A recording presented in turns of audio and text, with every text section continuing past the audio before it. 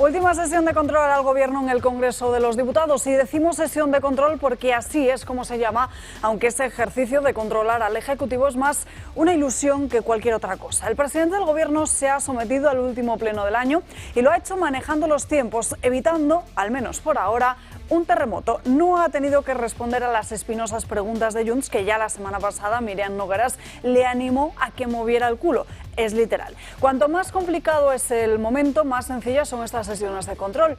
El horizonte es tormentoso, aunque Sánchez haya ganado tiempo. Unos 2 meses aplazando esa cuestión de confianza que Carlos Puigdemont exigía. Congelar es ganar tiempo, pero también es acumular tensión. Y de tiempo como de exigencia siempre hay alguien que pide las cuentas. Hoy ha sido Alberto Núñez Feijóo quien le ha pasado factura a Sánchez, recordándole que estos han sido 12 meses y que en ellos Sánchez ha acumulado unas 12 causas.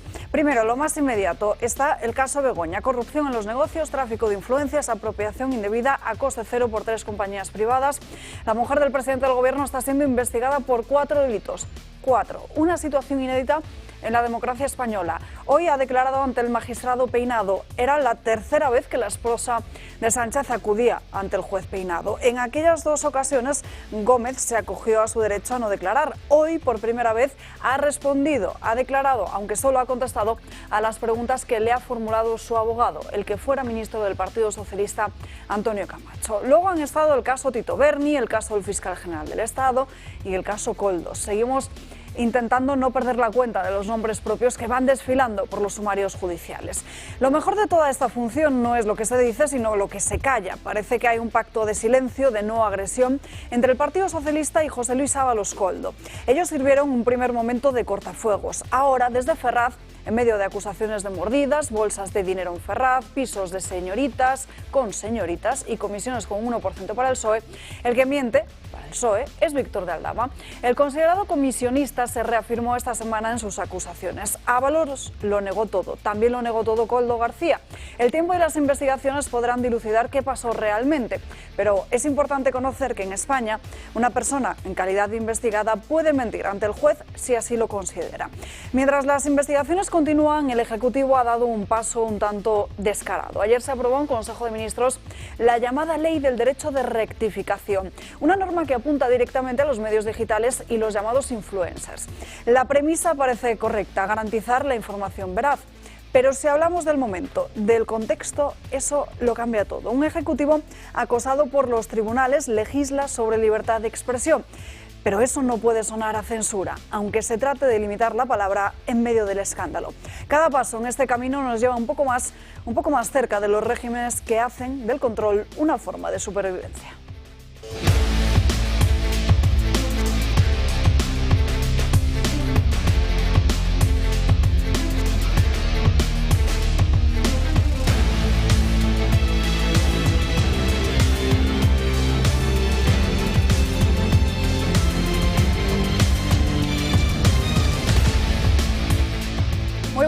Arranca este miércoles día 18 de diciembre aquí en Dando Caña. Celebramos hoy Nuestra Señora de la Esperanza y lo hacemos además con la mirada puesta en los juzgados de instrucción número 41 de Madrid. Desde allí nos llega una noticia de última hora porque esa misma mañana, durante poquito más de media hora, ha respondido Begoña Gómez a las preguntas planteadas por su defensa. Niega haberse apropiado del software de la Universidad Complutense de Madrid. Asegura que firmó todo aquello que le dijo la propia Universidad Complutense de Madrid. Es la tercera comparecencia ante el magistrado Peinado y Gómez ha negado todas las acusaciones, incluida aquella que dio origen al caso, un supuesto tráfico de influencias por interceder a favor del empresario Juan Carlos Barrabés. Las cartas modelo que firmé no apoyaban a las empresas, apoyaban la importancia del proyecto que se licitaba. Firmé todo lo que me pidió la universidad. Esa es la noticia que nos llega de última hora sobre el caso Begoña Gómez, que hoy vuelve a cobrar especial relevancia, aunque tendremos muchos más asuntos de los que hablar.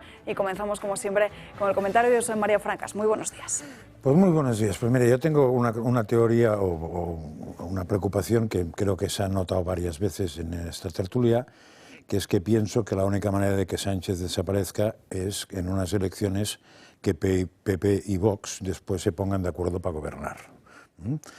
Hoy por hoy me parece que es la única opción, con lo cual no me escandaliza que Vox mande sus mensajes tal como son y el PP mande sus mensajes tal como querría que fueran, que es una cosa muy rara, pero que diríamos que se va escorando un poco para abrir el abanico, ¿no? Y me parece que es una tendencia que después puede funcionar, porque eso podría dar unas mayorías, evidentemente siempre y cuando esas mayorías después respondan a lo que han votado la gente. Pero a veces me desaniman, ¿no? Y me desaniman uno muy concreto. Ayer por la tarde puse un tuit, cuando me enteré de la votación en Mallorca, que decía: ¿qué PP es este? El PP-PSOE, iros a esparragar. O sea, iros a freír puñetas. ¿Y por qué explicaré eso? Hombre, porque la votación de ayer por la tarde realmente pone muy difícil que este PP no sirva para algo.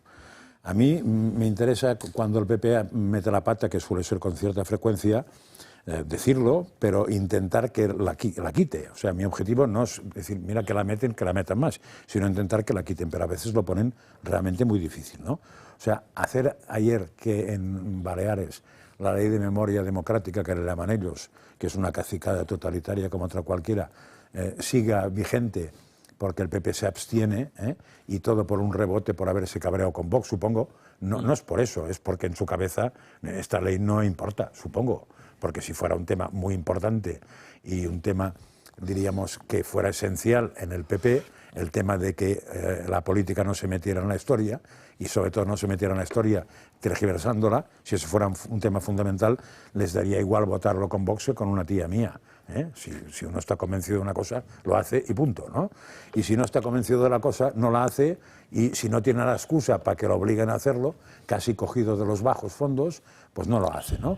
Entonces, claro, yo es que como entiendo que todas las leyes que afectan a la historia, como todas las leyes que afectan a la ciencia, que eso me ha afectado siempre más, pues vienen del mismo tipo de regímenes, y recuerdo aquí, por si alguien tiene cultura suficiente, yo la tengo en algunas cosas porque me han afectado, el tema del Lysen con el estalinismo sobre el tema de la genética, cómo consiguió anular todas las cosechas de la URSS por un dogma que un señor se había puesto, que era aplicar el marxismo a la genética, que no tienen mucho que ver, pues entonces me doy cuenta que eso es una salvajada. Y ya digo, meter la política en la historia para oscurecer una parte o meterlo en la ciencia siempre acaba igual, negando la realidad y tarde o temprano fusilando a los que opinan distinto.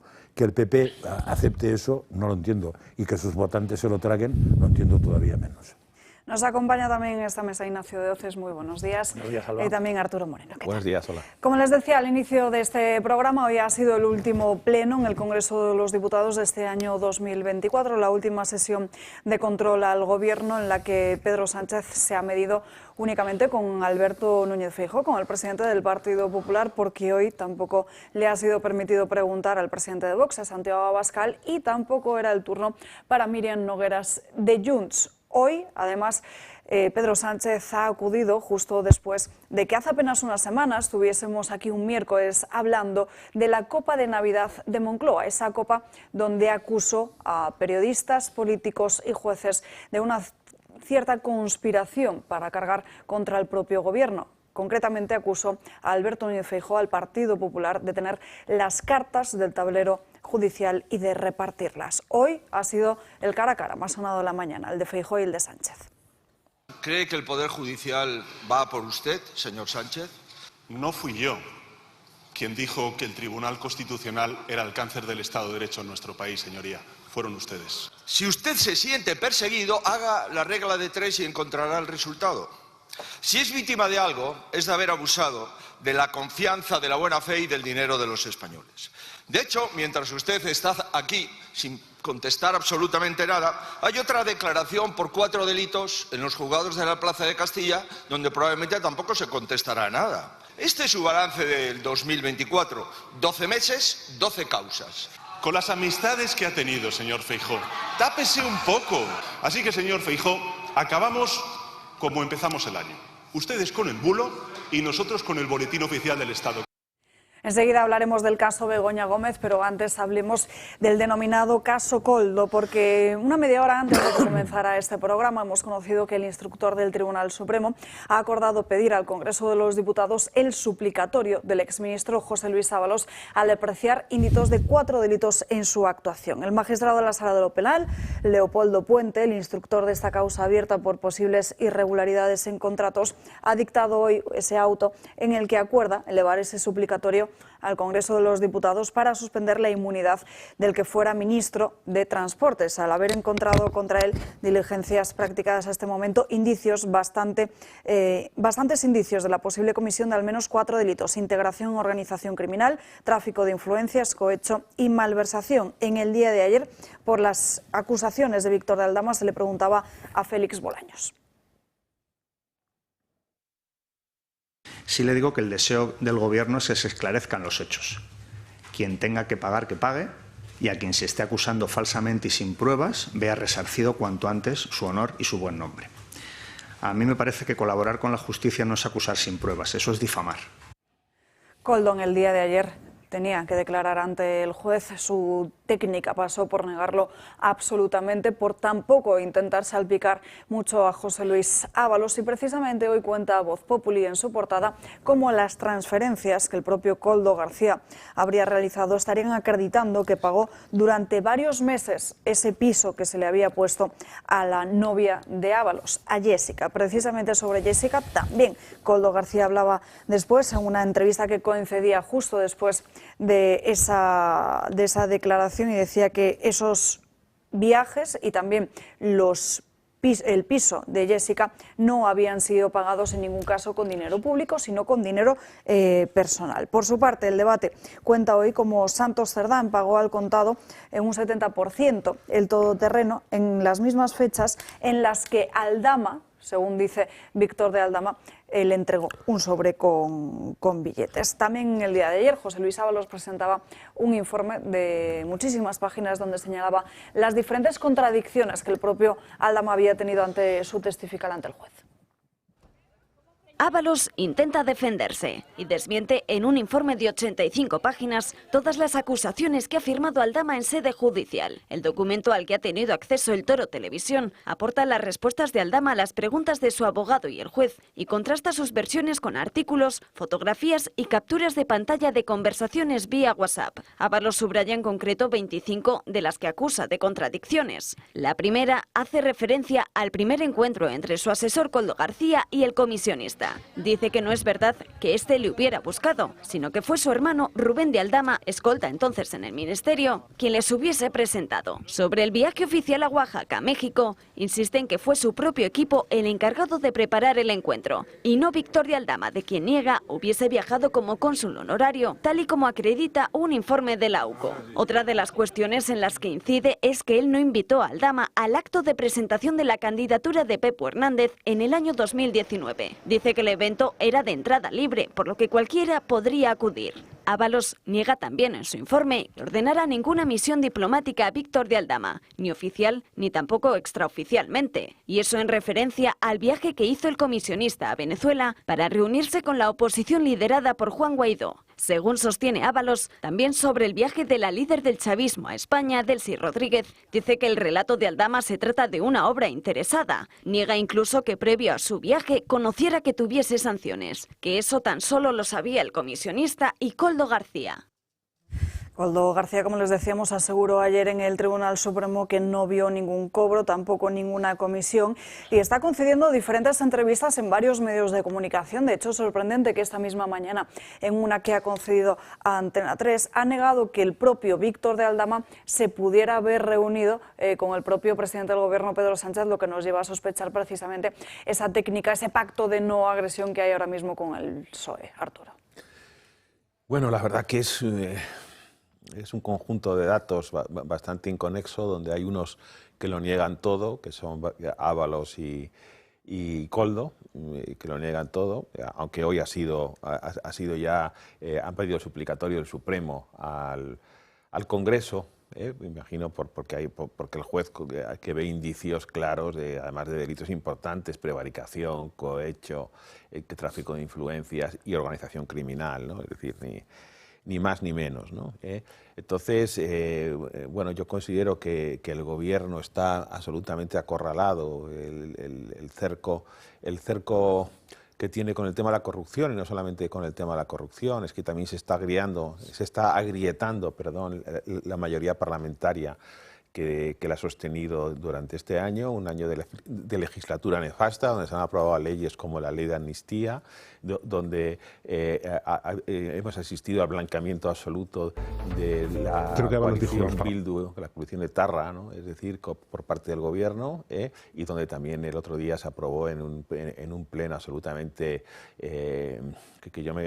absolutamente inmoral, la reforma de la radiotelevisión española para el decreto para nombrar luego el Consejo de Radio-Televisión. Es decir, y hay una cuestión que está ahí, que está verdaderamente en este momento en pleno auge, que es el órdago, entre comillas, de Puigdemont y las palabras cada vez más distantes de Junts y de Podemos hacia la coalición gubernamental. Es decir, Podemos, hoy creo que se vota la ley de modernización, no sé cómo se llama, de la justicia, ¿no? Y como siempre metieron en las disposiciones adicionales dos coletillas, una fundamentalmente que yo creo que es la que más daño la que más ha provocado el roce entre el PNV y Podemos, Ignacio lo conocerá muy bien, que es precisamente por endurecer las condiciones, digamos una disposición antiocupa, ¿no? de las viviendas, ¿no? Y la otra enmienda que también han colado es que no tiene nada que ver con esta ley, es lo de la Golden Visa, ¿no? Los permisos de residencia por compra de inmuebles, ¿no? Entonces, la mayoría que apoya al gobierno es muy precaria, el cerco judicial y los delitos, que luego las cosas hay que probarlas, es decir, y por ahora lo que me parece que las acusaciones de Aldama, pues todos pensamos que eso tiene una cierta consistencia, pero las cosas hay que probarlas, veremos si consigue pruebas documentales de todas las acusaciones que hace, ¿no? Pero en cualquier caso parece que el juez del Supremo, que tiene una información, me imagino mejor que la nuestra, pues ya hoy ha pedido el suplicatorio de Ábalos, y eso sí que me parece un tema esencial. Y el segundo tema que me parece esencial es que el juez Pedraz, que se resistía, ha permitido que el teléfono de Aldama, donde él dice que están las conversaciones, los chats con la gente de la administración con la que él tenía relación, pues que se puede desencriptar, ¿no? Y eso me imagino que tendrá algún valor probatorio, es lo único que puedo decir. Pues yo lo que veo es que el Partido Socialista está hasta arriba de corrupción, y yo creo que eso es algo connatural al Partido Socialista y por lo tanto no puede sorprender absolutamente a nadie.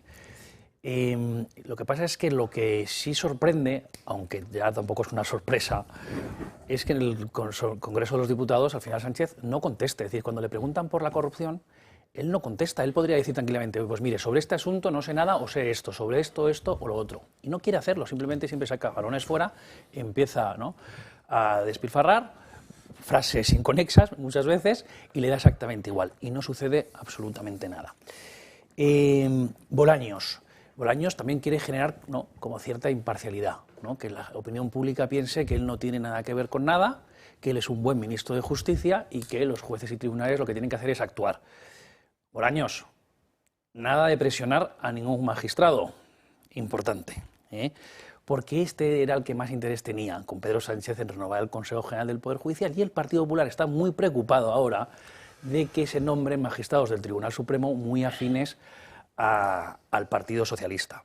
Y yo creo que esto va a pasar, porque también hay que cambiar el sistema de nombramiento de los magistrados del Tribunal Supremo y hacerlo, por ejemplo, con criterios objetivos como el de la antigüedad y nada que ver con la política, que eso sí que es la imparcialidad procesal.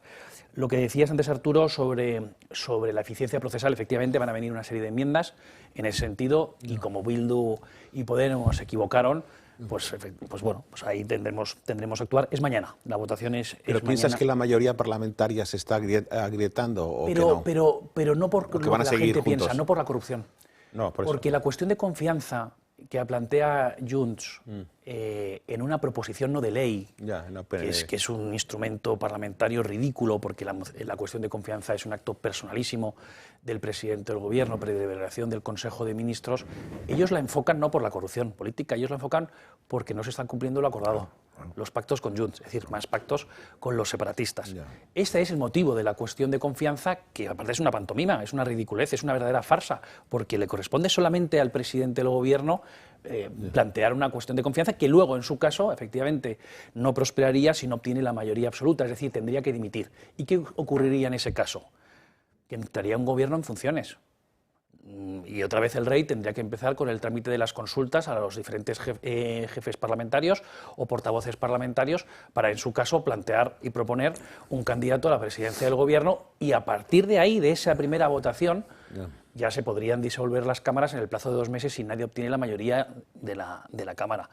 Bueno, en fin, Junts no está muy preocupado por la corrupción, también porque creo que es un partido profundamente corrupto, como lo es el Partido Socialista. Y, bueno, como primera aproximación dejo eso ahí. A ver, no, cosas un poco distintas de las que habéis dicho, porque lo que habéis dicho lo sumaría todo.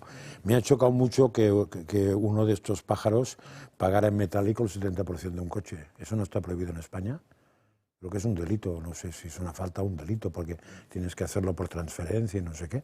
Con lo cual se dicen unas cosas que alegremente, si realmente ha hecho eso se hizo justo para que la gente no pudiera pagar los coches fundamentalmente con dinero en metálico, porque ahí se blanqueaba dinero. Pero igual si lo hace alguien no pasa nada. Como tú pagas una nevera de 1.100 euros, tienes un problema. Vamos, es más, probablemente ni te la vendan, ¿no? Otra cosa que me choca a mí, y eso se lo pregunto, porque tú sabes de eso, ¿no se pueden pedir votaciones separadas? Sí. Y entonces, bueno, cuando la pides te la tienen que dar. No en todas las normas, no en todas las propuestas. Por ejemplo, en un decreto ley no se vota. ¿En un decreto ley no? Un decreto ley se vota en conjunto. Lo tiene que convalidar o rechazar el Congreso de los Diputados en el plazo de 30 días. O sea, la trampa de poner en el decreto ley cosas que no tienen nada que ver es porque no lo puedes cortar. Bueno, entre otras razones. Pero claro, sí. No, pero en las proposiciones no de ley, que la verdad que es un instrumento parlamentario que sirve para poco, porque al final les instala al Gobierno a que actúe de una determinada manera o no actúe, pero luego se queda en el cajón. Literalmente el Gobierno le da exactamente igual lo que diga el Parlamento. Ya lo dijo el presidente del Gobierno, voy a seguir gobernando con o sin el Parlamento. Le da exactamente igual la soberanía nacional, pero sí, generalmente sí se pueden pedir votaciones separadas, por ejemplo, de enmiendas, de proposiciones de ley. Es para saltarse la trampa esta, pero yo pensé que igual también en los decretos ley también se podía hacer. Pues entonces entiendo más la trampa porque no la entendía, ¿no? Y a ver, a mí lo que más me preocupa de todo esto, porque es que la gente empieza a comentártelo, ¿no? Que la situación de este país es muy rara, gente que no me lo hubiera pensado nunca, pero sigue habiendo una división y eso es lo que no acabo de entender. O sea, ¿cómo puede ser que un señor justifique todo lo que hagan los suyos y lo justifique? Da igual lo que digan los jueces, da igual lo que diga el que diga. A mí me parece que el gran problema que tenemos en España es que desde Zapatero se han levantado las dos Españas, están vivas y que son irreconciliables.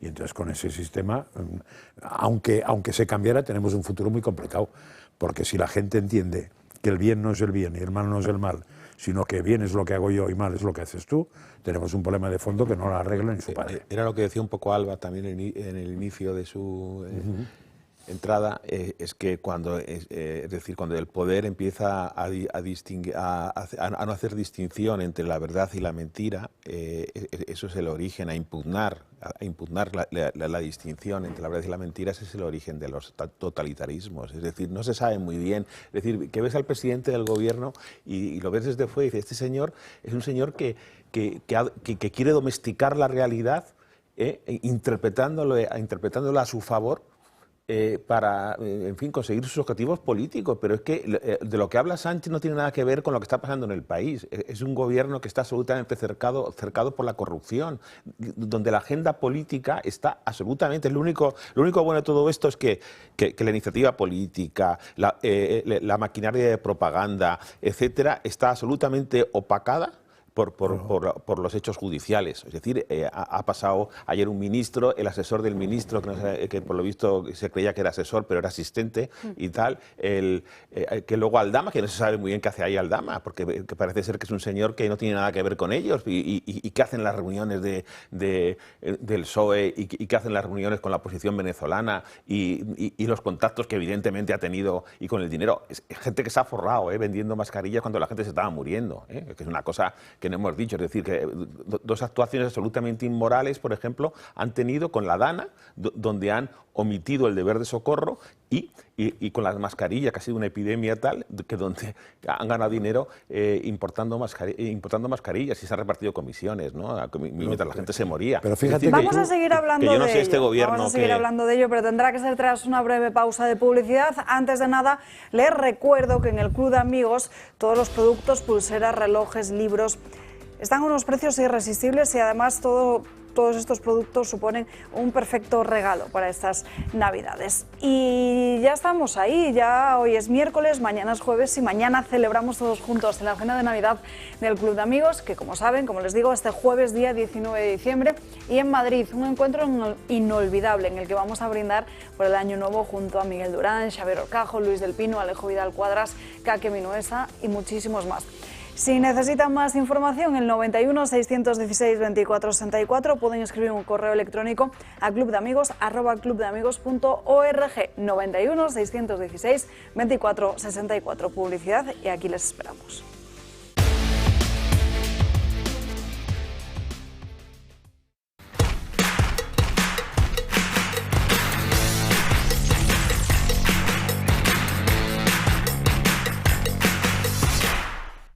Se sabe cuando se hace sin prisa.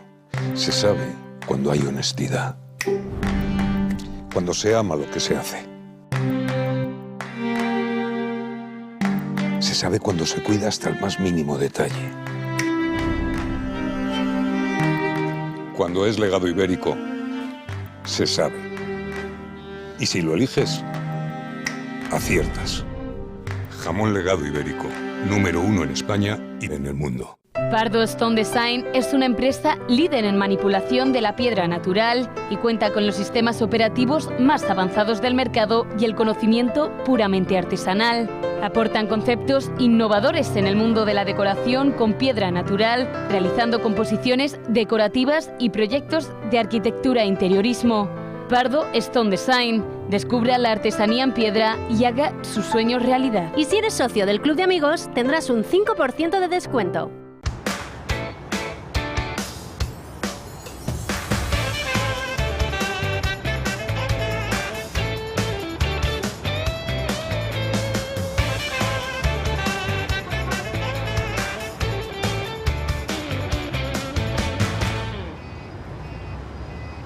Está harto de que le hagan esperar al teléfono, de que no le expliquen las ventajas de la contratación en sus seguros. Ahora puede contar con Incos. Le damos un trato personalizado y le ofrecemos un ahorro en sus seguros. Así que no espere más y llame a Incos al 91 032 69 47.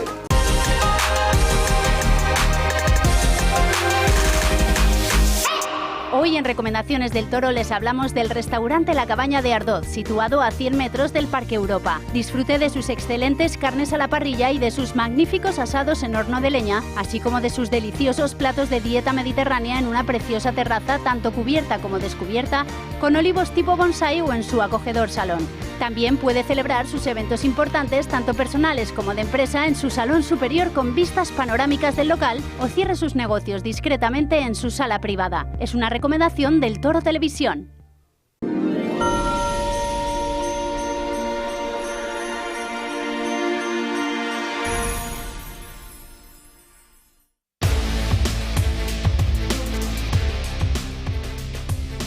Ya estamos de vuelta en Dando Caña, nos acercamos a las 12:30 del mediodía, a las 11:30 en Canarias. Enseguida continuamos con los diferentes asuntos que están en la agenda política del día. Pero antes saludamos en nuestra mesa a Francisco Camps, Paco Camps para los amigos. Muy buenos días. ¿Qué tal? Buenos días. Bueno, en estos últimos días hemos conocido precisamente que se ha publicado ese libro, Paco Camps, Reenfocando España, perdón, eso es. Han sido 15 años, todos ellos además muy complicados, una persecución judicial de la que finalmente ha salido indemne. ¿Cómo está? No sé si nos puede hacer un balance personal de lo que han sido todos estos años. Bien, ahora bien, estoy encantado de estar con todos ustedes aquí en esta emisora tan querida y bueno, pues han sido años muy duros, sí. Pero al final, gracias a Dios, todo ha terminado bien. Y esa parte que yo pensaba que podía quedar luego de todo este lío, pues se ha ido diluyendo. Y lo que queda es mucha ilusión, mucha esperanza y muchas ganas de seguir haciendo cosas por el presente y el futuro de nuestro país.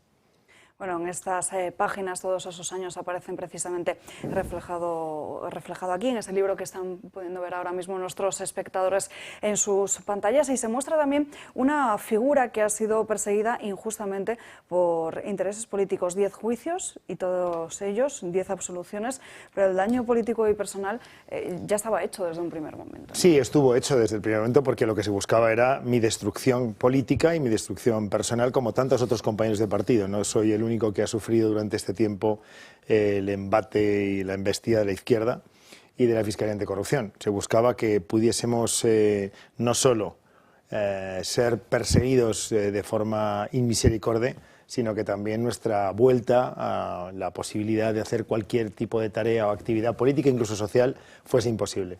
Porque la destrucción no solo es al político, sino también a la persona, de manera sistemática y además alargado durante tantísimo tiempo. ¿Considera, por tanto, que la justicia actúa demasiado lenta en nuestro país? Yo considero que la Fiscalía Anticorrupción está demasiado manipulada y demasiado dirigida. Lo vengo diciendo, no solo en el libro, sino que lo vengo diciendo también en estas últimas ocasiones que he tenido ocasión de hablar después de las últimas absoluciones. La Fiscalía Anticorrupción yo creo que tendría que replantearse en España. Creo más en la Fiscalía Ordinaria, como creo en el juez ordinario. Los fiscales ganan una oposición después de un gran esfuerzo, van desarrollando su tarea y su experiencia a lo largo de su carrera profesional, llegan a un lugar determinado de España, tienen un juzgado adscrito, y yo creo que aquello que está suficientemente jerarquizado, que además tiene una línea de actuación determinada, que además es un grupo que tiene una suerte de patente de corso, que está dirigido desde un despacho determinado en Madrid y que además tiene directa ligación con el fiscal general, al final pierde parte de su independencia y la defensa de lo que son parámetros estrictos de la aplicación de la visión de la ley y su interpretación, que además llegan a los juzgados, que además apartan al fiscal ordinario, que además llegan, en fin, entrando en tromba, que deciden ellos lo que es y lo que no es, porque el concepto corrupción al final es el fiscal anticorrupción el que lo decide.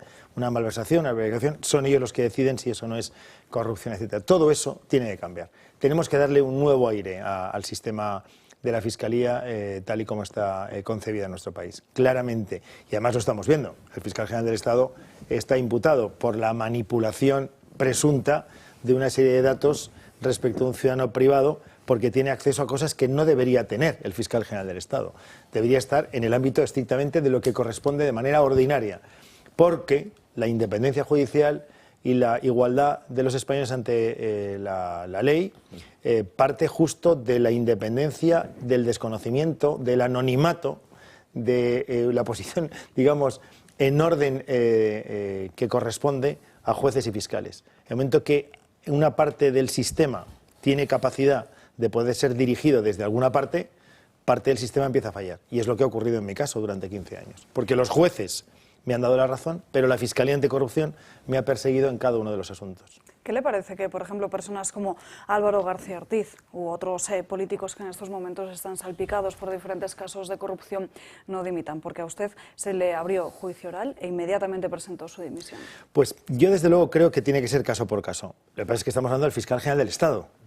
Y el fiscal general del Estado tiene que ser una suerte de garantía de que todo lo que sale desde allí está en función del interés general y no de la circunstancia que le convenga al gobierno de turno. Entonces, pues bueno, una persona tan señalada, tan directamente ligada al presidente del gobierno, al gobierno, que además se le está acusando por presuntamente estar utilizando una documentación que es estrictamente confidencial para intentar socavar la imagen de un adversario político del presidente del gobierno, en fin, es tan obvio que como mínimo tendría que haber tenido la decencia de haberse apartado y haber dicho, pues bueno, mientras esto no esté claro, yo me dedico a hacer otro tipo de cosas, por ejemplo, ser fiscal donde sea, ¿no? Y si esto se aclara, pues que decidan luego sobre mí. Pero como la palabra decencia también es una palabra que ha desaparecido del vocabulario de los que nos gobiernan, pues obviamente este señor está ahí tan encantado, porque además podrá pensar, bueno, yo y usted y el de más allá y la persona que está con usted todos los días, en fin, ¿esto cómo funciona? ¿Quién es el primero que decide aplicar este término de decencia? Y por eso están todos juntos, cogidos de la mano. Bueno, este libro se ha dividido en 3 partes. La primera de ellas está sobre el ámbito judicial, la segunda es ese recorrido vital hacia precisamente la dimisión y la tercera es precisamente lo que ha llamado reenfocar España. Una mirada también hacia el futuro, ya que estamos terminando el año. Usted no ha escondido ese interés de volver a la primera línea política. Creo que ha tenido conversaciones con Alberto Núñez Feijóo, de hecho, en ese sentido, ¿no? Una conversación el día que me absolvieron por teléfono y efectivamente él ya lo sabía de antemano porque además estuve hablando con un colaborador suyo justo cuando comenzaba el último de mis juicios y le dije pues cuál era mi intención, si salía todo bien y bueno, pues me dieron claramente todas las expectativas de que eso sería así, por lo tanto no tengo por qué dudar de la palabra del presidente nacional del Partido Popular. Reenfocando España significa eso, después de la experiencia de los años que fui presidente de la Generalitat y otro tipo de derroteros políticos, de cargos públicos en instituciones, local, nacional, autonómico, la experiencia de estos 15 años en donde he sufrido mucho, pero también he tenido la posibilidad de seguir viendo cómo iba evolucionando la historia en tiempo real de nuestro país, creo que me permite, pues con toda tranquilidad, decir que creo que puedo aportar algo, ¿no? Se puede aportar desde muchas perspectivas. Yo lo que he hecho durante muchos años ha sido la gestión política. Podría ser desde el análisis, desde la academia, desde escribir un libro, pero me gusta más la acción, soy un político de acción. Así es como empecé con Rita Alberaño en 91, concejal de tráfico, y eso es acción de verdad. Pues me gustaría poder transmitir en hechos reales, en el debate del día a día, aquella experiencia acumulada durante todos estos años. Pero no desde el punto de vista de un gobierno autonómico, por ejemplo. No, yo creo que ya pasó, fue extraordinario, fui presidente de la Generalitat Valenciana, tuve la enorme suerte de serlo, un gran honor, siempre estaré agradecido a los valencianos que me votaron y al Partido Popular que me propuso para ser candidato a la presidencia de la Generalitat. En fin, solo puedo dar que dar gracias, después de este horror de estos 15 años, independientemente de esta circunstancia, solo puedo dar que gracias porque en mi tarea política llegué a lo más alto que se podía llegar, ser presidente de la Generalitat Valenciana y además votado por mis conciudadanos pues, por 3 veces. Difícilmente puede alguien aspirar a algo más importante que todo esto. Pero creo que tengo capacidad de poder, en otro ámbito de la vida política, seguir dando ese tipo de punto de referencia, de trabajo, de análisis, de expectativa y de gestión política, porque bueno, pues, me apetece y creo que puedo ser válido. Si yo pensara, fíjese, yo dimití de presidente de la Generalitat un mes después de ser elegido. Por lo tanto, tengo una suerte de presunción que si yo pensara que mi propuesta es una propuesta que lastra el proyecto político, no lo haría. Yo me fui para que el partido se presentara a las elecciones con toda tranquilidad aquel mismo año. Yo me fui para no llevar al presidente de la Generalitat Valenciana al banquillo. Yo me fui porque quería defender mi honorabilidad en aquel momento. Podía no haberme ido, porque había sido elegido por el pueblo. Y además, la hipotética condena no conllevaba la inhabilitación para cargo público, pero me fui.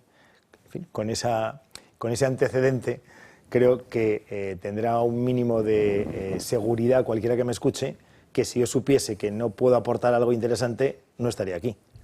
Hablando de la Comunidad Valenciana, ¿cómo valora esa gestión que se ha hecho de la tragedia de La Dana? Es una catástrofe lo que ha hecho el Gobierno de España. Es una catástrofe. Hay un responsable político único y absoluto que es el presidente del Gobierno de España. Es una competencia del Estado, de la Administración General del Estado, evidentemente, emergencia nacional.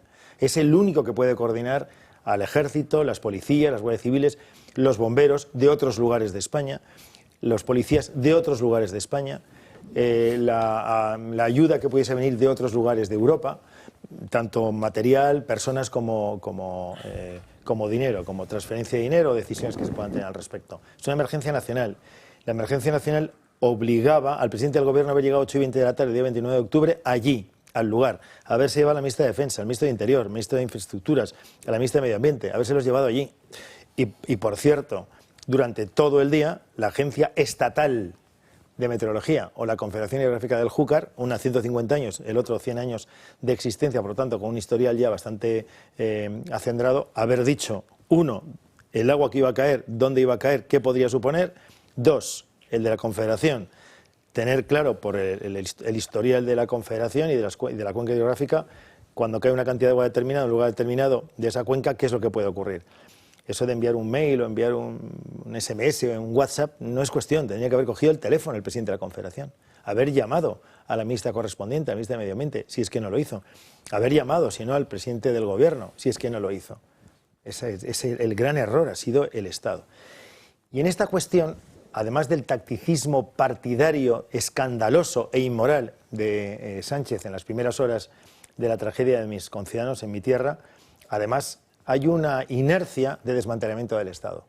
El Estado no negocia, el Estado actúa, no pacta con ninguna parte del territorio si puede en sus competencias actuar o no actuar. ¿Qué es esto? El Policía Nacional, la Guardia Civil, es el Estado, actúa, no pregunta.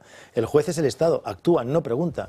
El Gobierno de España tenía que haber actuado y haber puesto en marcha un gabinete de crisis allí mismo, en un puesto de mando avanzado, de verdad, cerca de la tragedia, y haber coordinado a la comunidad autónoma, a las diputaciones provinciales, en fin, a los ayuntamientos, que no son pocos, son cerca de 30 y tantos ayuntamientos, Chiva, Requena, Utiel, los de la Huerta Sur, algunos más, de la Ribera, que también se vieron afectados, por ejemplo, Cullera, etcétera, ¿no? Bueno, pues todo eso tenía que haber ocurrido.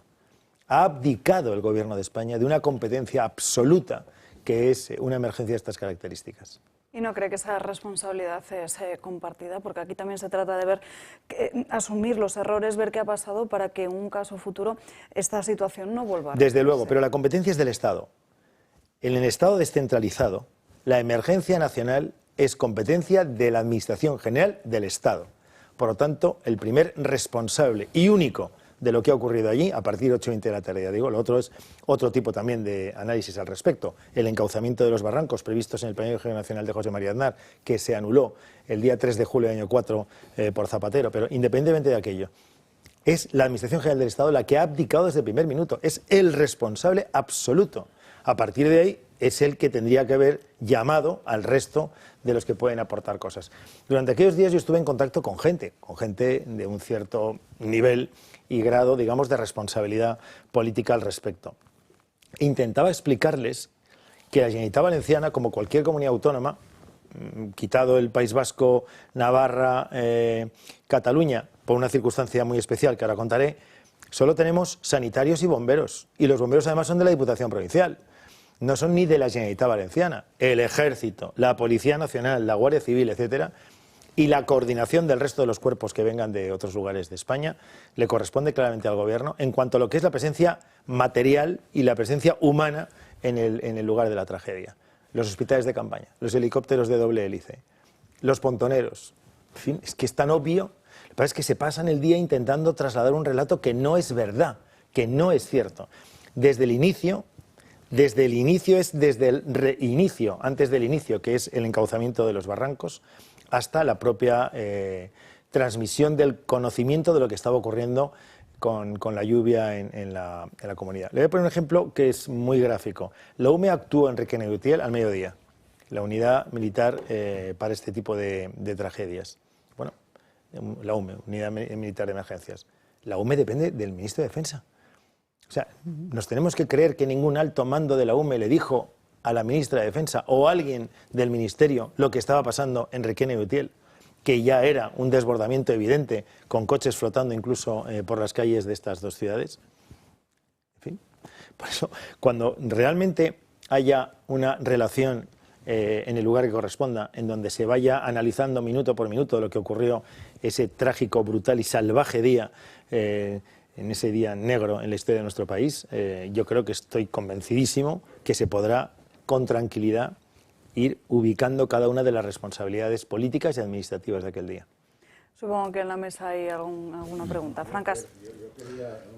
Una aportación, simplemente recuerdo, y supongo que Pau Camps lo sabe, que la Fiscalía Anticorrupción nace en la época de Felipe González Y nace por un asunto muy simple, para controlar los fiscales anticorrupción. Porque si ahora cualquier fiscal de España podía tener problemas, si los controlaba a través de un fiscal, con convencer a uno, el tema estaba solucionado. O sea que es una cosa que nace viciada ya. Y después ya con Cándido Conde Pumpido se dispara. O sea que la historia no es precisamente a favor de la justicia, la Fiscalía Anticorrupción, aunque ahora estamos un poco asombrados de la Fiscalía Anticorrupción, pero es otro tema. Era una pregunta un poco indirecta. ¿A qué le suena el caso de Eifrus?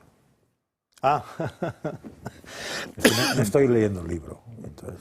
Sí, Javier Mas, que es historiador, durante el curso de todo el libro intenta, y creo que lo hace con acierto, está mal que lo diga yo, porque soy el personaje del que habla, pero bueno, intenta enmarcar, para entender un poco más qué puede haber ocurrido, lo que me ha pasado en distintos momentos de la historia, digamos, reconocible, ¿no? Y en este caso, pues, Dreyfus y todo aquel historial de persecución por su origen origen religioso o de raza, en el ejército francés, después de lo que ocurrió, Primera Guerra Mundial, todo aquel lío que tuvo este buen hombre durante aquel tiempo, ¿no? Y el famoso yo acuso de Émile Zola al gobierno francés por la persecución y misericordia a esta persona. Lo que intenta Javier Mas, yo creo que es trasladar lo que me ha pasado a mí a paradigmas, arquetipos de situaciones que pueden ocurrir, que pueden haber ocurrido y que pueden suceder en el futuro, para que todos seamos conscientes de que tenemos que parar de repente la persecución enloquecida contra alguien por el mero hecho de ser el adversario político e intentar buscar después de esto algún tipo de justificación a cualquier tipo de anomalía propia o la incapacidad para hacer alguna cosa, que es un poco lo que trae. Pero efectivamente arranca el libro Javier Mas con esa historia. Es un paradigma y está muy bien, sí. Y por cierto, en Valencia no solamente recibiste tú, porque Rita Barberá déjala correr. Rita Barberá. O sea, Rita no tiene remedio. Y hasta 350 personas del Partido Popular han sido sus causas, o del Partido Popular, o ligadas de una u otra manera al Partido Popular. Sus causas han sido sobreseídas, archivadas o han terminado en absolución. 350 personas. Sí. Algunas de ellas, desgraciadamente, ya no han podido disfrutar de esta situación porque ya no están, entre otros Rita Barberá. Y siempre era la misma fiscalía y se extendió un poco siempre, a Murcia. Siempre, porque la Fiscalía Anticorrupción llega al juzgado de instrucción X, donde llega la denuncia, y entonces lo que hace es apartar al fiscal ordinario y ya se quedan con la instrucción de ese tema en concreto. Y además lo va ligando con unos, con otros, etcétera. Sí, bueno, en primer lugar, darte la enhorabuena por fin, porque me parece que has demostrado un gran coraje político durante estos años y además que prácticamente se ha culminado. Cuidado, no se ha culminado. Yo creo que la culminación de tu caso, o sea, de lo que te ha pasado, de lo que has sufrido, el calvario que has tenido, es cuando realmente seas rehabilitado políticamente, es decir, cuando ocupes una responsabilidad política, que será una cosa bastante inédita, porque no es normal que políticos que luego no ha pasado nada con ellos, porque la justicia les ha suelto o porque no tienen ninguna responsabilidad, etcétera, que sean rehabilitados, con lo cual yo creo que eso tiene también un valor cívico y personal de que, bueno, pues de hacer honor a la verdad, decir, oiga, mire, yo he pasado un auténtico calvario y he conseguido, después de muchos años de lucha, volver a la política, y eso pues me alegraré mucho el día que se produzca, y seguro que se produce. Mi pregunta, yo creo que hemos perdido, vamos a ver, está clarísima, catástrofe nacional, responsabilidad del gobierno nacional, pero yo creo que la batalla de la opinión pública, una vez más, no la hemos ganado. No digo que la hayamos perdido, porque yo creo que también la gente piensa que el gobierno tiene responsabilidades en el tema de la DANA, pero no la hemos ganado. Es decir, que asombrosamente que parece que el eje de la decisión por el aparato de propaganda, que como diría Nigel Ferguson, es tardo soviético del Partido Socialista, ¿no? que tiene una gran potencia, empezando por Televisión Española, pues yo creo que la imagen que tienen los ciudadanos es quemazón, y se ha visto desgraciadamente en las calles de Valencia, yo creo, con mucha gente manipulada, ¿no? Las manifestaciones que ha habido en Valencia, etcétera, que mucha gente piensa que el eje de la respuesta que tenía que haber estado en la Generalitat Valenciana. Cosa que indudablemente, y lo has explicado muy bien desde el punto de vista de lo que es la legislación, de lo que es la responsabilidad política, está clarísimo. Pero sin embargo, una vez más, no hemos sabido, ante el aparato propagandístico de la izquierda y del gobierno, mantener una postura en ese tema clara. Y yo creo que en fin, que el gobierno valenciano, que yo creo que también tiene una parte de la responsabilidad, porque seguramente tenía que haber declarado la alerta 3, tenía que haber hecho otras cosas, pero en cualquier caso no es el responsable político fundamental y, como bien has explicado, es el gobierno nacional. Sin embargo, creo que en la opinión pública eso no está nada claro. Efectivamente, porque antes de que responda el señor Camps, en estos momentos se está produciendo en el Congreso de los Diputados la comparecencia del ministro del Interior, Fernando Grande Marlaska, para explicar la actuación de su ministerio con toda esa tragedia, y asegura que esas situaciones de nivel 2, como lo fue la Dana, corresponde a la comunidad autónoma, y asegura también que para decretarla el Gobierno tiene que previamente comunicárselo a la comunidad autónoma y que ninguna autonomía ha solicitado al Ejecutivo esa declaración de emergencia nacional y que, por tanto, el Ejecutivo actuó de acorde a la legislación. Eso es lo que dice Fernando Grande Marlaska. Contestó a una cosa y ahora contesto al ministro del Interior, porque me parece escandaloso que esté diciendo estas cosas. Imagino que alguien en el Congreso, que ahora lo vemos ahí en la pantalla, alguien le dirá lo que realmente es lo que tenía que haber hecho. En cualquier caso, recordemos el chapapote. Ya, claro. Nunca más. Sí. Cuando el Gobierno de España, el Gobierno de Aznar, no había hecho nada. Ni el buque era español, ni era de bandera española, le pasaba por allí todo aquel lío. Y de repente pareció que aquel buque se había partido, porque lo había partido algún miembro del Gobierno de Aznar, y que lo que quería el Gobierno de Aznar es...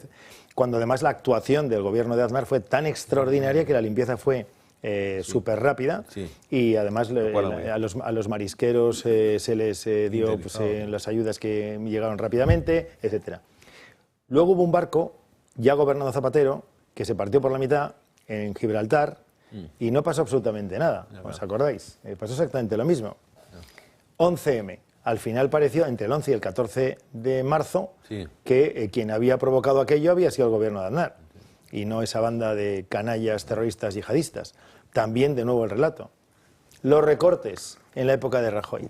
Era como si realmente hubiésemos llegado allí al Gobierno de España a recortar derechos generales, cuando el gran recorte se había producido en mayo del año 10 por parte de Zapatero, cuando recorta las pensiones, recorta las políticas sociales, recorta, etcétera, etcétera. Funcionarios. A los funcionarios. Todo aquello era... en la época. Bueno, es que tienen ganado el relato, porque se dedican solo al relato. Nosotros nos dedicamos a trabajar y gestionar, ellos se dedican al relato. La ley de emergencia nacional es de una claridad meridiana. Dice lo siguiente: el ministro del Interior es el que declara la emergencia nacional. El ministro, este señor que está hablando, que aparte este señor, no por ministro, sino que él era el que le correspondía también hace unas cuantas semanas, declara la emergencia nacional.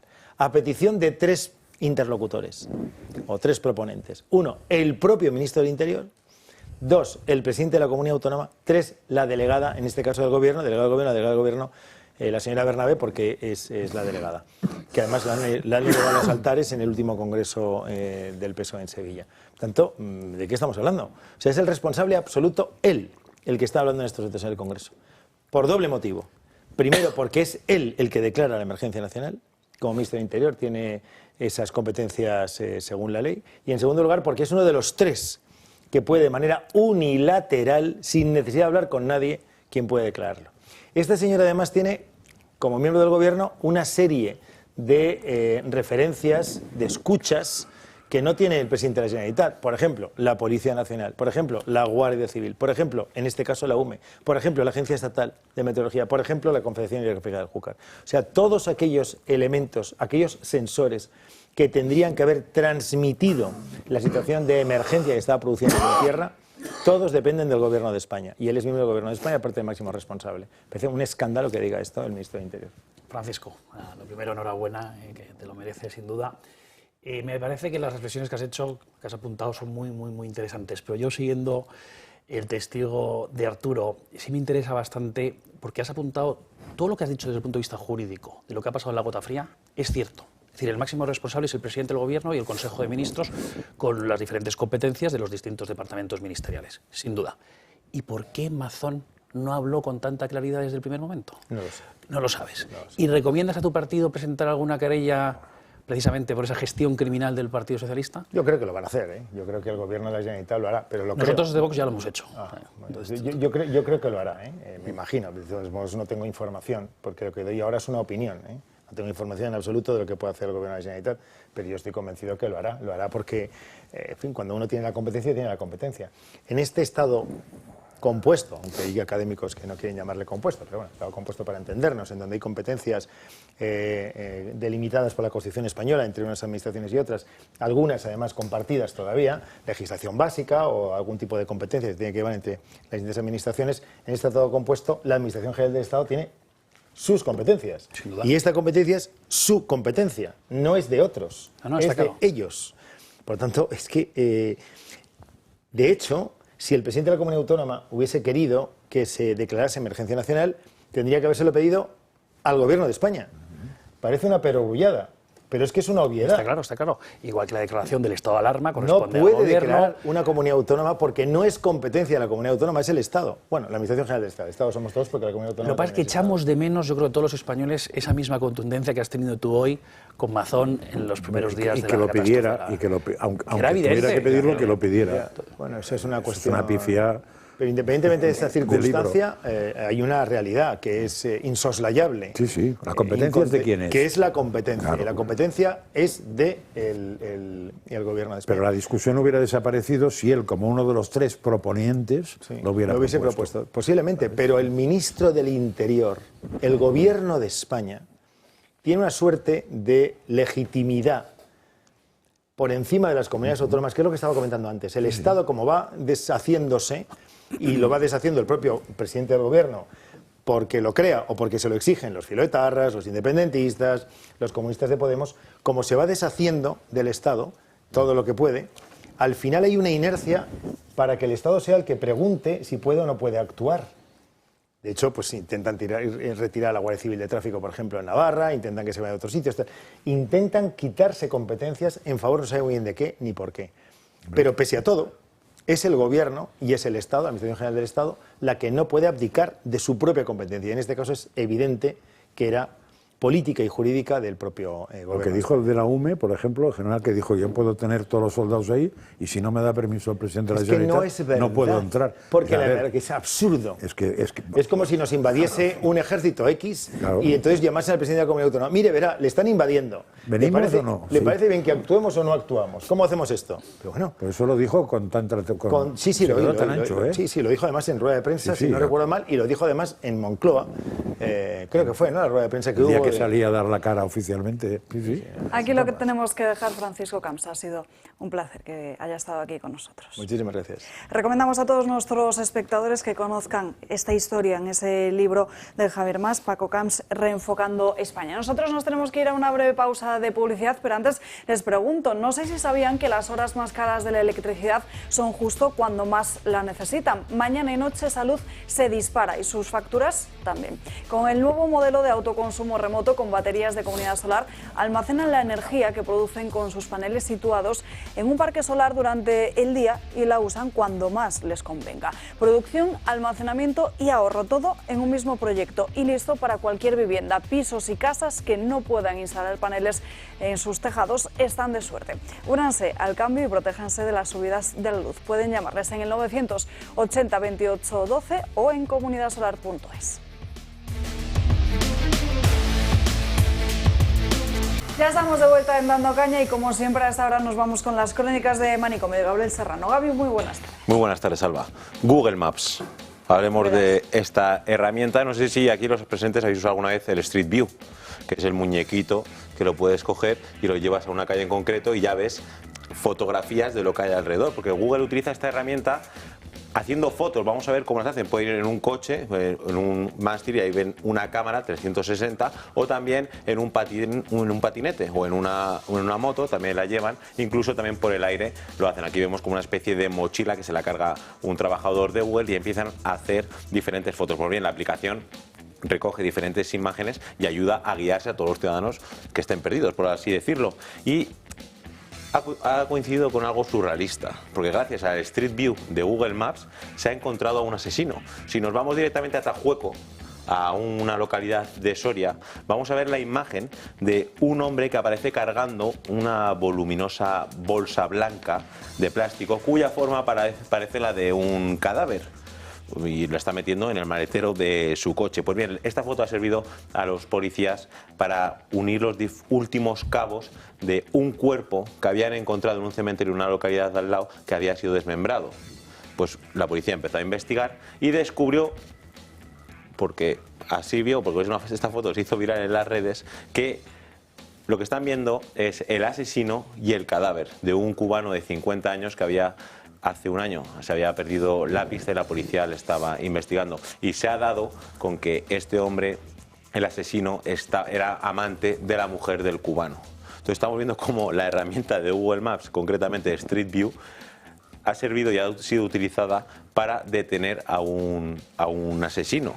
Claro, esto es un reconocido ciudadano del pueblo de Tajueco, que le llaman el lobo de Tajueco, que regentaba un bar, y cómo a veces, sin darnos cuenta, y en este caso en una investigación policial, se ha descubierto al asesino de un hombre por una simple imagen. ¿Nos parece curioso esto? Desde luego que sí, porque vamos, no se me ocurriría. Oye, pero ¿cada cuánto tiempo se actualizan las fotos y las imágenes de Google Maps? Pues hay muchas. Hay un mapa si tú te metes en Google Maps, hay un mapa que te ve todas las zonas, ¿vale?, en las que hay muchas partes de África que no han llegado, ¿vale? Pero eso depende de los propios ciudadanos y cuándo vayan construyendo más. Ignacio, ¿de qué tienes miedo? Puedes confesarlo. No, para nada, para nada.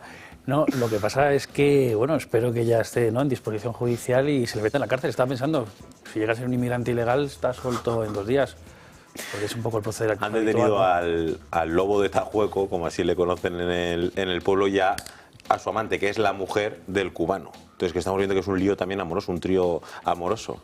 Y además, yo quiero ver, ya que hemos visto esto y es un dato curioso, pues he traído diferentes fotografías también curiosas que ha pillado la gente en el Street View. Por ejemplo, si alguien no sabía dónde estaba Wall-E, pues ahí le vemos que está concretamente en Londres. Y si vemos más imágenes, pues es de lo más variopinto y curioso que tenemos. Desde un hombre que está leyendo el periódico en calzoncillos.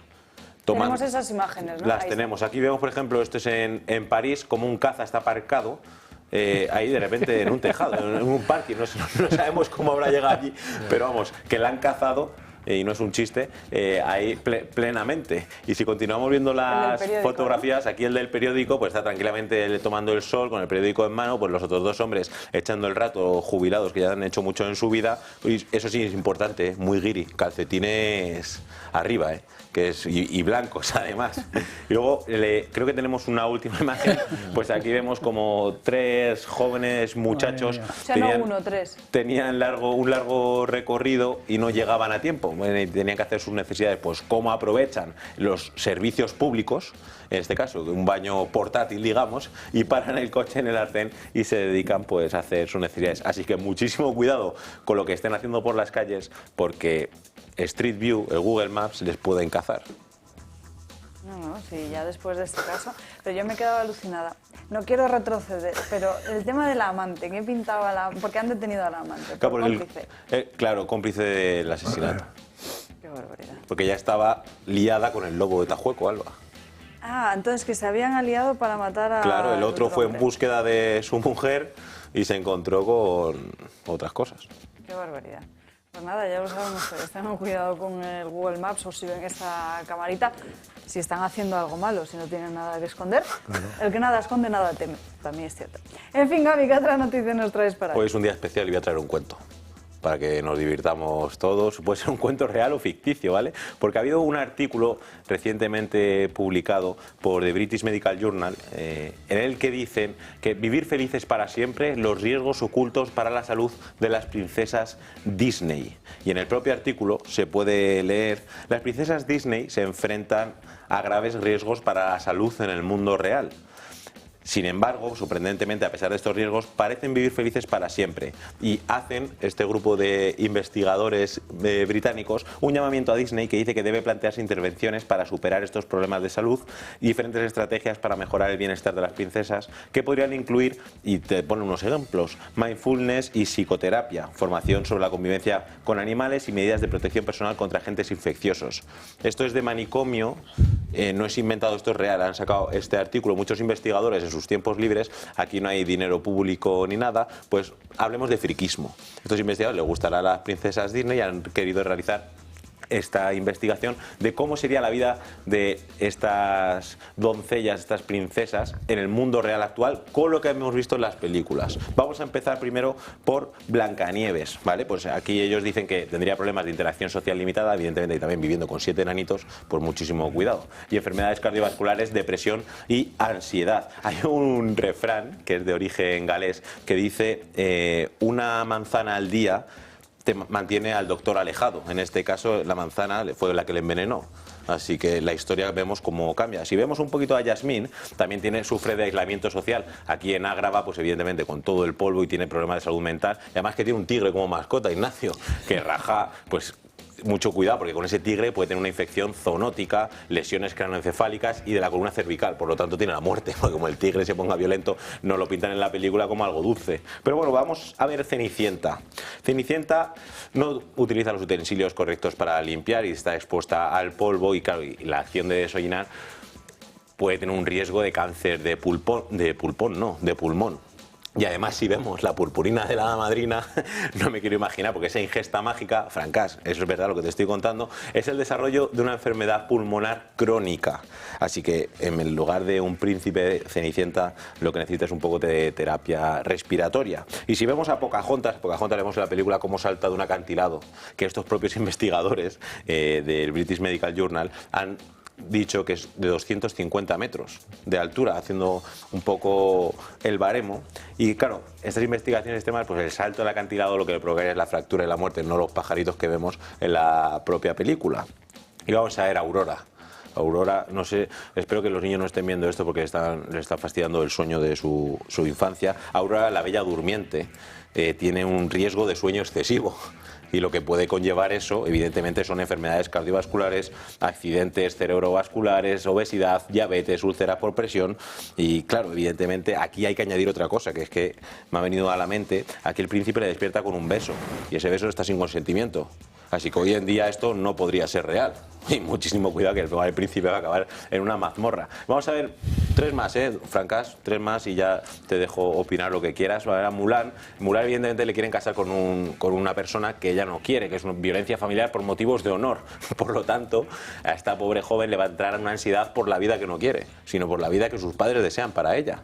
Y luego por Bella. Bella y la Bestia, pues tiene un contacto pues con un mamífero, pues le puede entrar la rabia. Y aquí se salva también de Gastón, porque si llega a salir con Gastón, su ego, un flipado de la vida, digamos, tendría un impacto para su salud mental. Y ya por último, Rapunzel, que es folículos pilosos dañados, evidentemente el pelo muy largo, está todo el día tirando y enredada y tirándose por el balcón, pues evidentemente va a tener problemas para su cabello. Puede tener la caída del mismo, incluso dolores de cabeza. Y iba a decir con esto y un bizcocho hasta mañana a las 8, no, hasta mañana a las 12 y colorín colorado, este cuento se ha acabado.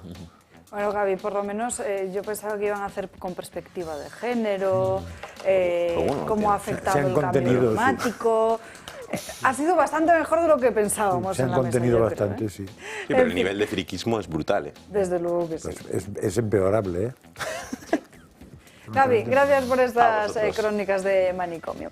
Volvemos a página de corrupción porque esa misma mañana a las 10 en punto estaba citada a declarar la mujer del presidente del Gobierno, Begoña Gómez, en los juzgados de instrucción número 41 de Madrid. El magistrado le ha permitido, lo están viendo en sus pantallas, entrar a través de vehículo por el garaje, al igual que hiciera en anteriores ocasiones. Como les decíamos, como al principio de este programa, asegura que firmó todo lo que le dijo la propia Universidad Complutense de Madrid y que ella en ningún caso se apropió de ese software de la Complutense. Ha sido, por cierto, la primera vez que Begoña no se ha acogido a su derecho a no declarar, como hiciera en las 2 anteriores ocasiones. Eso sí, solo ha respondido a preguntas de su abogado, Antonio Camacho, que ha querido también atender a los medios de comunicación al término de esa declaración. Todavía no tenemos esas declaraciones. Bueno, Antonio Camacho, que decía que la propia Begoña Gómez no tenía nada que esconder. Si no tiene nada que esconder, que esté tranquila, ¿no?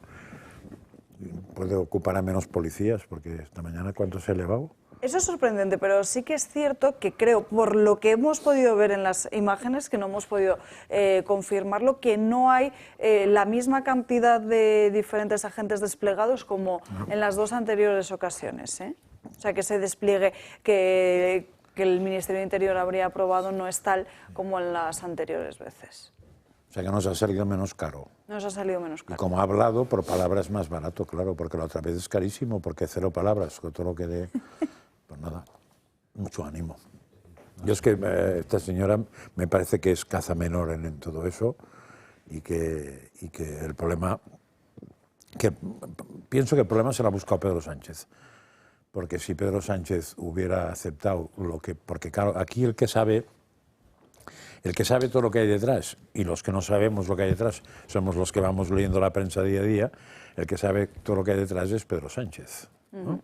Y se supone que si sabe todo lo que hay detrás, sabe si hay mucho más, muchísimo más o poco más. Si cuando empieza todo ese tema hubiera tomado las riendas de la cuestión, a su mujer la hubieran dejado en paz y probablemente a su hermano también. Porque casos como el de su hermano en España me extrañaría que no hubiera muchos más, ¿eh? O sea, enchufados que están en un sitio para no hacer nada, ¿eh? Simplemente porque son amigos de, novias, novios de, lo que quieras de, y casos como la mujer de Pedro Sánchez, pues seguramente también, hombre, no con la cátedra incorporada, pero quien dice una cátedra dice otra cosa, ¿no? Pero claro, si lo que haces es atrincherarte, pues entonces pues vas levantando. Y al final, creo que este hombre lo que va a conseguir es arrastrar con él a toda su familia. Escuchamos al abogado Begoña Gómez. Mi cliente ha declarado es lo que quería desde el mismo inicio del procedimiento, porque no tiene nada que esconder. Si no ha declarado antes es porque había una indefinición acerca de lo que se estaba investigando.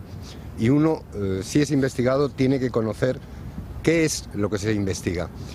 Mi cliente ha explicado, saben que el objeto de este procedimiento es su posible intervención en unos procesos de licitación pública que fueron adjudicados a las empresas del señor Barrabés. Mi cliente ha explicado que nunca conoció la existencia de esos procesos de licitación pública. Bueno, aquí también lo que llama la atención es la forma de proceder, porque sí que es cierto, y en estos últimos días han salido diferentes informaciones en ese sentido, que siempre la mujer de un presidente del gobierno había tenido algún alto cargo a su servicio, pero claro, en todo aquello que tenga que ver con los propios actos oficiales del propio gobierno, no para actuar o para trabajando por los propios negocios privados, como en este caso de Begoña Gómez Arturo. Yo creo que, vamos a ver, hay que dejar las cosas ya de una vez muy claras. Esta señora está ahí porque se ha aprovechado del cargo de su marido para hacer negocios particulares, que además en los 4 delitos que le imputa al juez están claros. O sea, primero, corrupción en los negocios por Barrabés, ¿no? Vinculación con Barrabés y cartas de recomendación a Barrabés para que se llevase o le adjudicasen contratos públicos, cosa que ha ocurrido. O sea,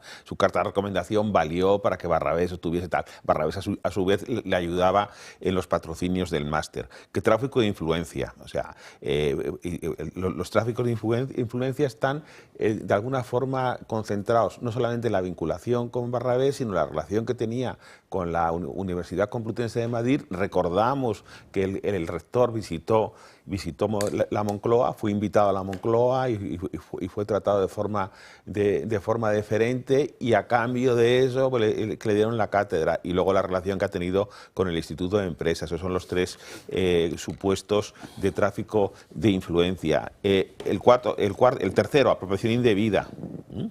Es decir, el destino al final del software que pagó la Universidad Complutense de Madrid, que pagaron empresas Indra, Google y Telefónica, y que parece que esta señora lo puso a su nombre, ¿no? En el registro de patentes, donde fuese del ministerio. Y por último, intrusismo profesional, es decir, ella misma redactó el plan técnico para adjudicar el software, cuando es una cosa que indudablemente tiene, pues, es muy complicado y tal. Bueno, esos son los 4 delitos que el último que queda por dilucidar, si le va a imputar por malversación.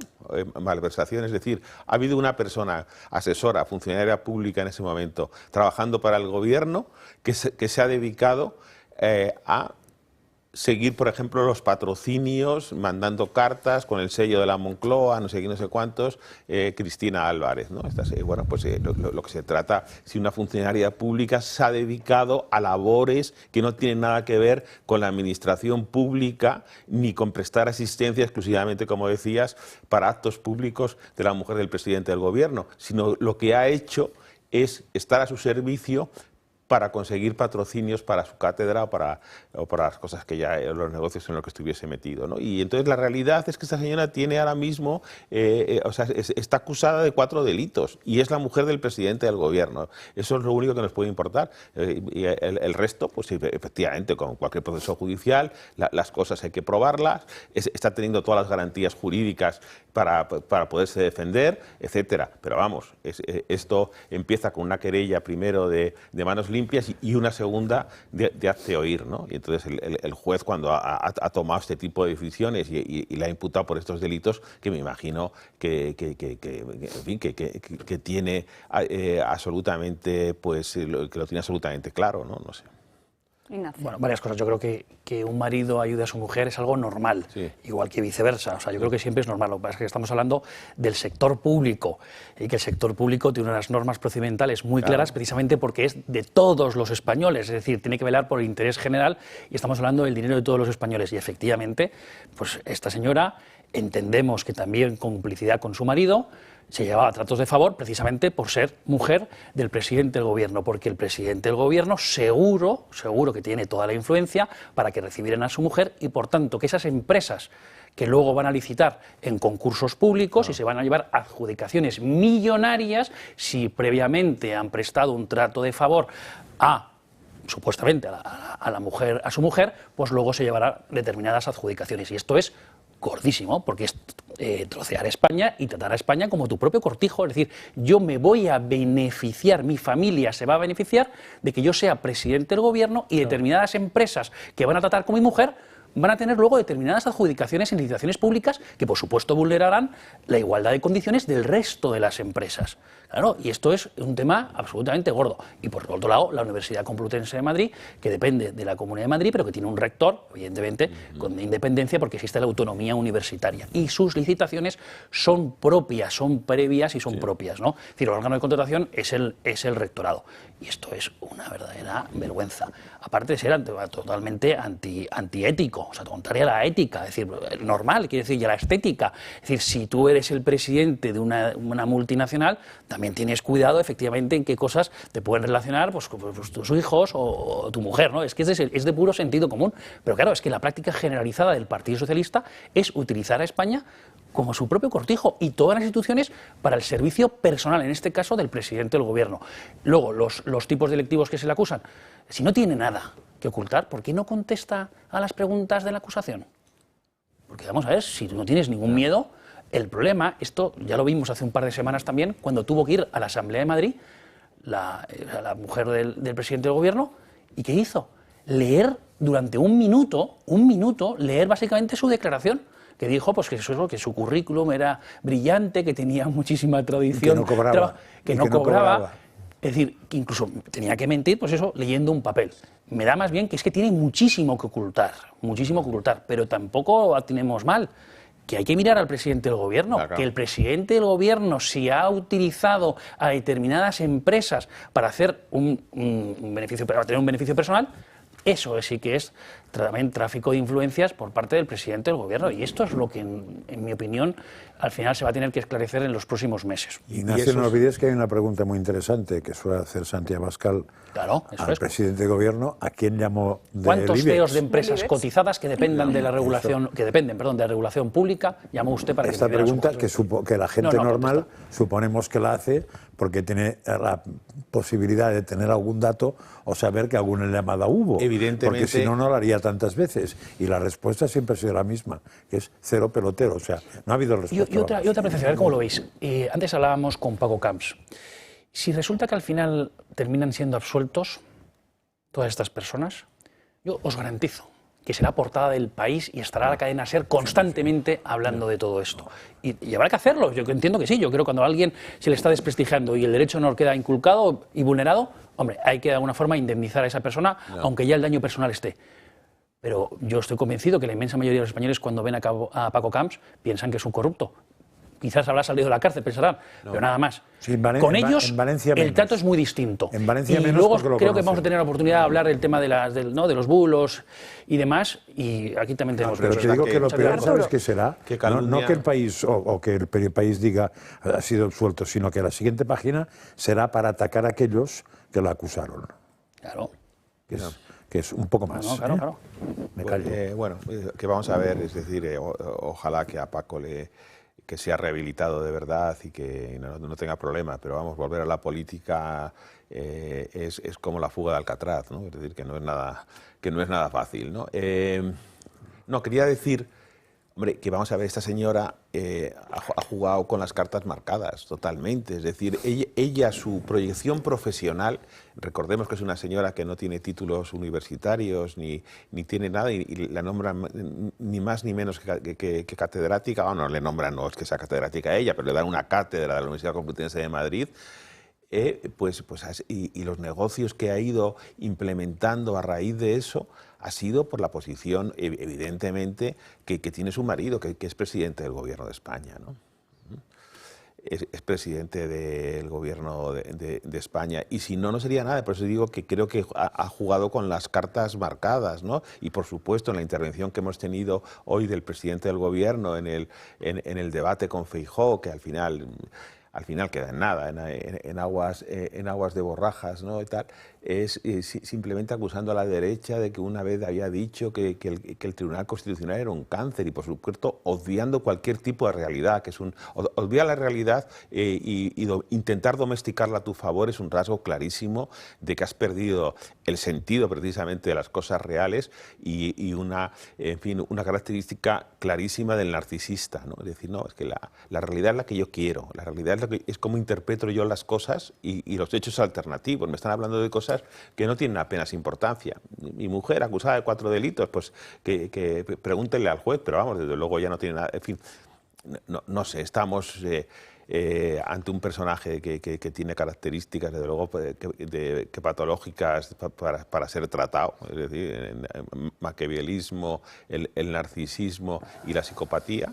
Y bueno, y yo creo que quiere obviar permanentemente la realidad. La realidad parece ser que es una cosa que no le afecta y que no está dentro de su campo de visión estratégico, ¿no? Totalmente de acuerdo, Arturo, pero fíjate la reacción del Partido Socialista, es llamar fascistas ya directamente a todos los jueces que imputan o que declaran o a través de una resolución algo a los medios de comunicación y a los políticos que no coinciden básicamente con su visión. Esta es la realidad del Partido Socialista hoy. Y luego, por otro lado, ellos están constantemente lanzando ya el globo sonda pedagógico de que es que los jueces son todos de derechas porque tienen dinero, porque pueden opositar, porque para opositar hace falta tener dinero. Entonces, bajo ese concepto, también tienen un plan para intentar reducir las condiciones de los tribunales, de las oposiciones para jueces y fiscales y hacer oposiciones en otro sentido. Es decir, básicamente al final designarles... Eso ya lo hicieron, Eso ya se hizo, con el 4º turno. No, lo sé, por supuesto, y el 5º del Tribunal Supremo. Por cierto, contarles que esta misma mañana hemos conocido cómo la Fiscalía apoyaba que se investigara las responsabilidades de Carlos Mazón acerca de la gestión de la Dana, pero hay algo más interesante todavía, esa información que publica hoy OK Diario sobre cómo Álvaro García Ortiz, habría influido en una cena para que esto sucediera. Más de un mes después de la tragedia de la Dana, las investigaciones sobre la búsqueda de responsables por la gestión de la catástrofe siguen sobre la mesa. La Fiscalía ha pedido que se investigue a Carlos Mazón, además de Salomé Pradas y otros miembros del Gobierno valenciano. El Tribunal Superior de Justicia de la Comunidad Valenciana acordó, tras una petición de la Fiscalía, acumular en una misma causa las denuncias y querellas interpuestas contra el presidente. En total, 7. El fiscal general García Ortiz urdió la denuncia contra Mazón por la Dana en una cena con fiscales la semana pasada. Fue un encuentro con otras 2 personas del mismo gremio y horas previas a la decisión de unificar las causas por el Tribunal Superior de Justicia de Valencia.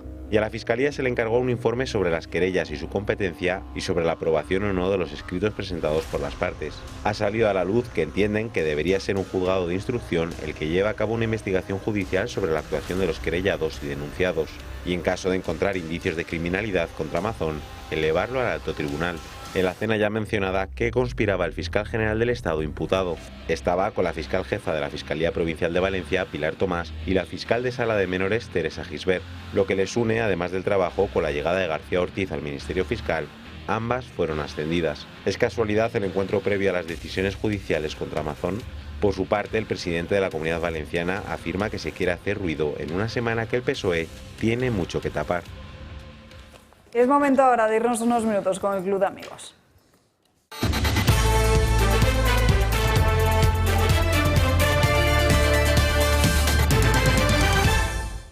Paula Cruzado, muy buenas tardes, ¿qué tal? ¿Cómo estás? Muy buenas tardes, pues muy bien, ya nerviosa porque se va acabando el año y no quiero que nadie de nuestros socios o gente que nos quiera se quede sin bueno, pues esa desgravación fiscal, lo único bueno yo creo que han hecho en este año. Así que recordarles a todas aquellas personas. Bueno, lo primero, más que recordarles, darles las gracias a todas aquellas personas que se han acercado por primera vez al Club de Amigos, a la Fundación Periodismo y Libertad, se han dado de alta para que podamos seguir haciendo este sueño realidad, porque la verdad es que hoy en día les necesitamos más que nunca para poder ser más fuertes y poder combatir toda la desinformación que vivimos día a día. También quiero dar las gracias a todos los periodistas, a todos los contertulios que día a día hacen bueno, pues realidad este proyecto y estáis dando lo que otros medios de comunicación no dais, Alba. Que esto es un agradecimiento mutuo. A todas aquellas personas que llevan mucho tiempo con nosotros, gracias, siempre gracias. Y a aquellas personas que todavía no se han hecho socio, que se hagan, que pueden desgravarse pues el 80% de los primeros 250 euros. Es decir, aportarían una cuota anual de 50 euros. Decirles a los socios que su cuota se considera donación, que aquellas personas que no se quieren comprometer a una cuota, pero quieren ayudarnos, existen las donaciones puntuales, que nos llamen al teléfono del Club de Amigos, al 91-616-2464, o nos escriban un correo electrónico a clubdeamigos@clubdeamigos.org, que de verdad que esto, como dicen los jóvenes de hoy en día, renta. Y luego nos queda, bueno, mañana es la gran cena del Club de Amigos, que cerramos este año, hacemos un brindis con todos aquellos que se quieran animar. Creo que en esta mesa hay dos personas que se van a venir con nosotros, uno es José María Francás. Y Alba, ¿te vienes? Sí. ¡Bien! Yo también quiero ir. Bueno, pues entonces ya nos tienes que llamar y confirmamos tu asistencia. Pero vamos, estaremos allí, brindaremos entre amigos, pasaremos un buen rato y sobre todo lo que estamos viendo en los debates de libertad que vinimos el viernes pasado de Barcelona, la gente lo que quiere es que nos reunamos, que nos juntamos, que seamos, bueno, que se sientan en familia y que no se sientan solos, que no somos los locos que decimos las verdades, ¿no? Que somos gente muy cuerda, gente que somos muchos y que nos juntamos para hacer más fuertes y sobre todo para hacer frente a todo lo que tenemos por delante, Alba. Bueno, se acaba el año, pero es que también hay muchos regalos y muchas cosas que pedir a los Reyes Magos y está. Precio irresistible, no, lo siguiente. Eso es, este mes de diciembre nosotros el mercadillo se nos quedaba corto, un día se nos quedaba muy poquito, así que lo hemos hecho durante todo el mes de diciembre para que la gente que quiera hacerse con esos productos que tienen nuestro logo del Toro Televisión, que hay muchísima gente que nos llama, no, es que mi padre es súper aficionado, pero no quiero que se entere, pero ¿cómo lo podemos hacer? Que le queremos regalar ese reloj. Bueno, pues que nos llamen al teléfono del Club de Amigos, que hacemos posible, bueno, pues todos esos deseos que nos van llegando de la carta de los Reyes Magos. Ignacio, ese es el mismo número de teléfono. Llamaré. Tanto para la cena de mañana del Club de Amigos como para esos regalos. Pues Paula, nos vemos mañana. Muchísimas gracias. Muchísimas gracias a vosotros siempre y recordarles a la gente eso, que pueden desgravarse de los primeros 250 euros, el 80% de ello.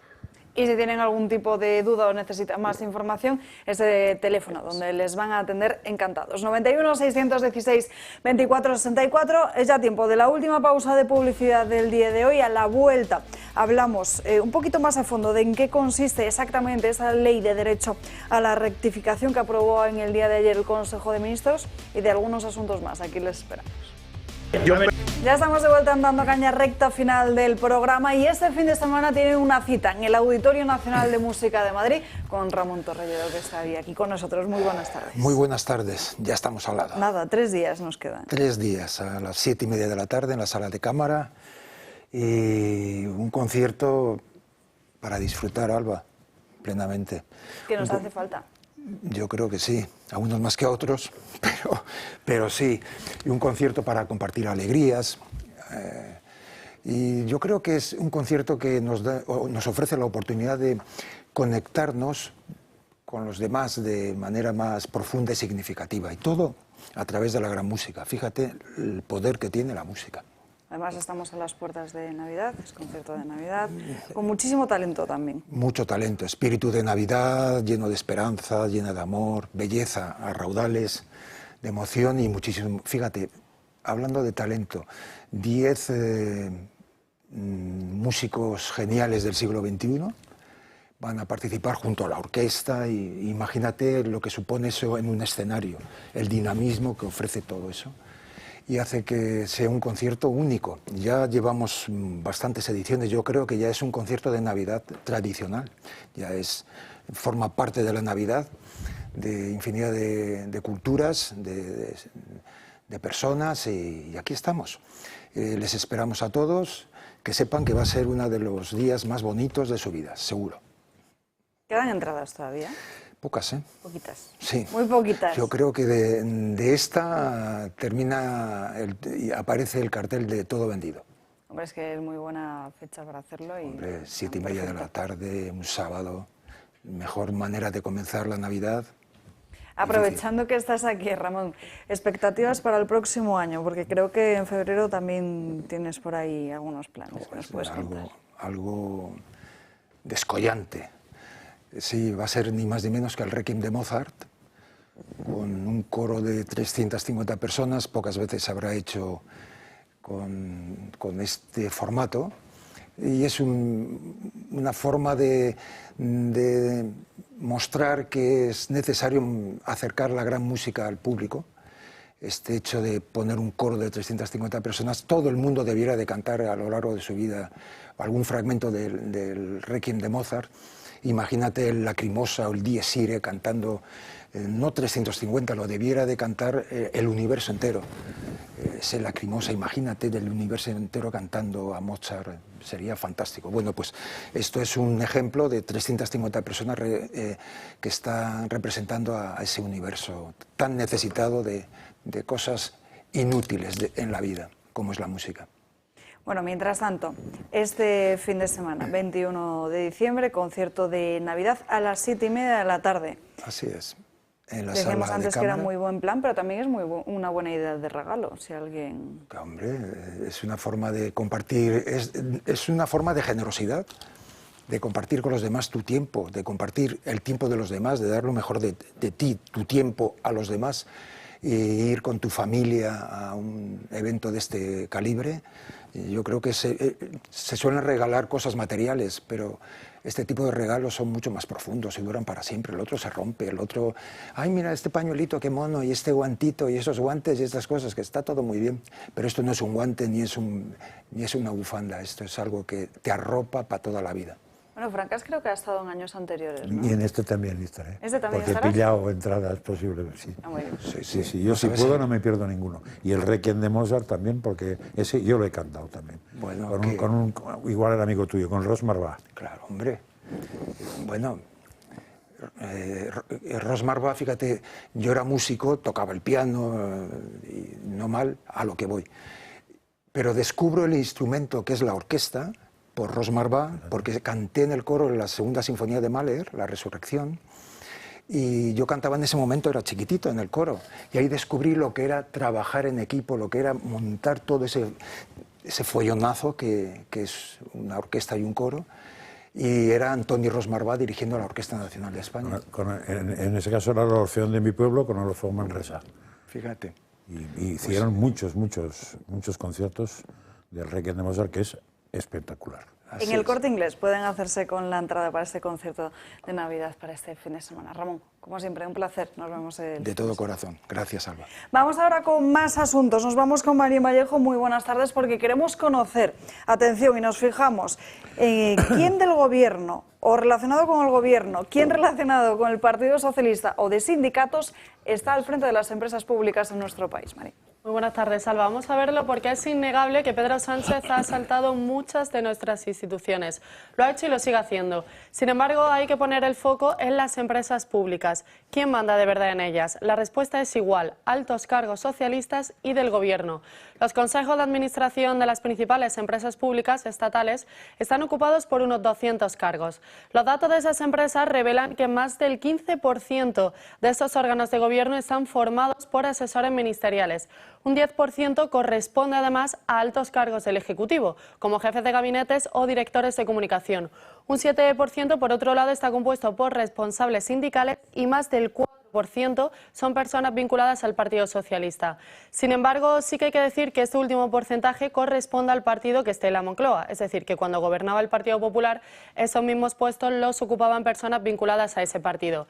Ejemplos, de hecho, hay muchos. Raquel Sánchez, exministra de Transportes, ahora es la presidente de Paradores. Raúl Blanco, ex alto cargo de Industria, ahora está al frente de Renfe. Miguel Ángel Oliver, que fue secretario de Estado de Comunicación, ahora es el presidente de la agencia EFE. Otro ejemplo es el de José Millones, que fue ministro de Sanidad y es actualmente el presidente de Mercasa. O también Jesús Casas Grande, presidente de Traxa, que aunque no es militante, sí que ha ocupado altos cargos en gobiernos socialistas. Gracias, Marién. Hablando precisamente del Gobierno, hoy es miércoles, ayer tuvimos Consejo de Ministros y se aprobó una norma que ha causado bastante revuelo en las redes sociales, que es la Ley de Derecho a la Rectificación. ¿En qué consiste? Pues ayer el Consejo de Ministros aprobó ese anteproyecto de ley que amplía el derecho de rectificación más allá de los medios de comunicación tradicionales. Ahora esta iniciativa va a afectar a los medios digitales y, atención, a los que el Gobierno califica también de usuarios relevantes. En esta nueva ley se habla de los medios de comunicación tradicionales, por supuesto también de los digitales, pero también de los usuarios relevantes de redes sociales. Estas personas tienen difusión en las informaciones que propagan mayor que muchos medios de comunicación tradicionales.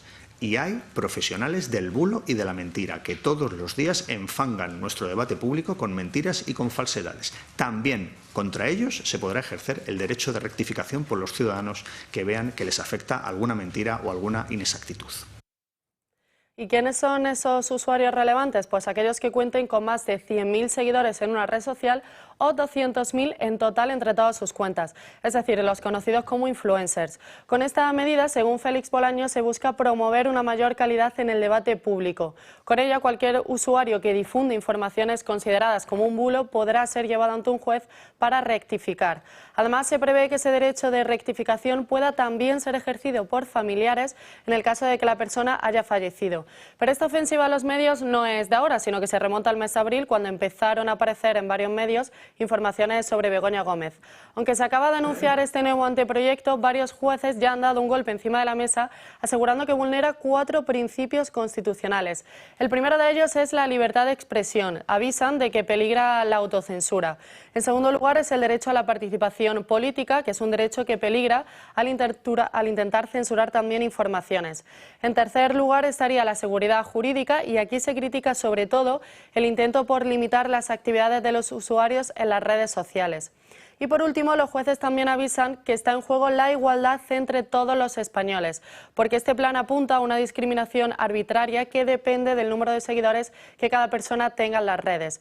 Con este anteproyecto de ley, el Gobierno demuestra que es él el que decide qué es un bulo o no, en función de si la información le gusta o le afecta.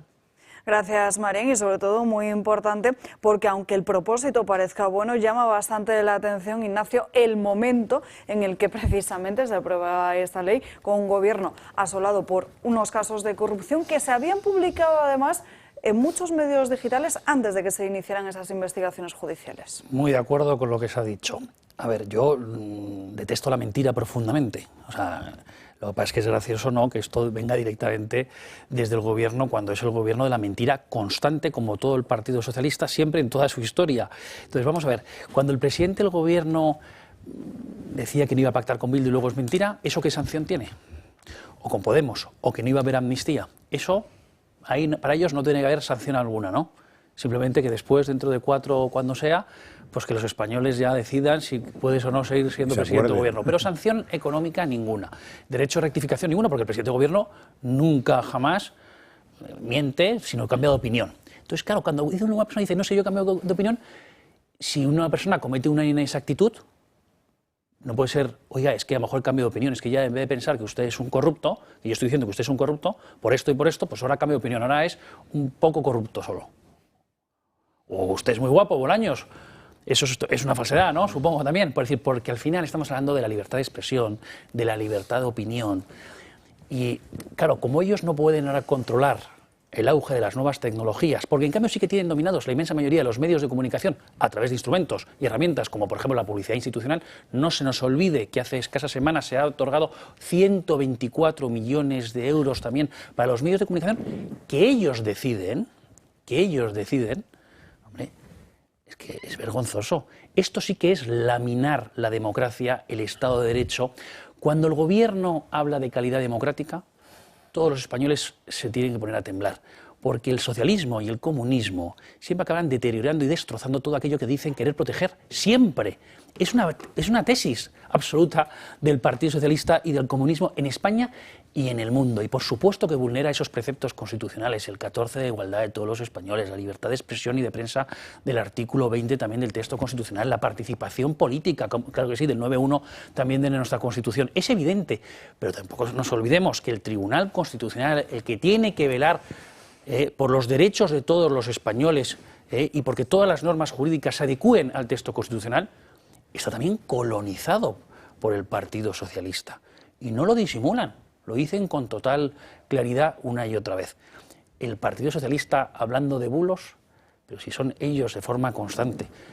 Lo que quieren es, claro, el auge de Vox, dicen, lo tengo que paralizar. No se nos olvide también, por favor, que es que se han anulado unas elecciones en un país de la Unión Europea, por un tribunal constitucional, básicamente por sospechas de que TikTok y que Rusia ha manipulado el qué, la opinión pública, no el voto, la opinión pública. Entonces, claro, al final estamos en un mundo orwelliano donde el poder político nos tiene que decir lo que tenemos que pensar y lo que tenemos que votar. Están deteriorando tanto la democracia como hicieron también con la Segunda República, que es que la única forma hoy para ellos de actuar en la vida pública es si estás en plena consonancia con sus tesis políticas. Si no pasas por ahí, por eso temen tanto a Vox y desprecian tanto al PP, porque el PP en el fondo es lo mismo que el Partido Socialista, consolida siempre todas sus políticas, pero en cambio Vox claro que les preocupa. Entonces yo creo que esta es la clave. De todas formas, que son cambios de una profundidad ideológica verdaderamente importante, y por eso yo aquí tengo unas palabras de Ortega que creo que son muy precisas y que vienen que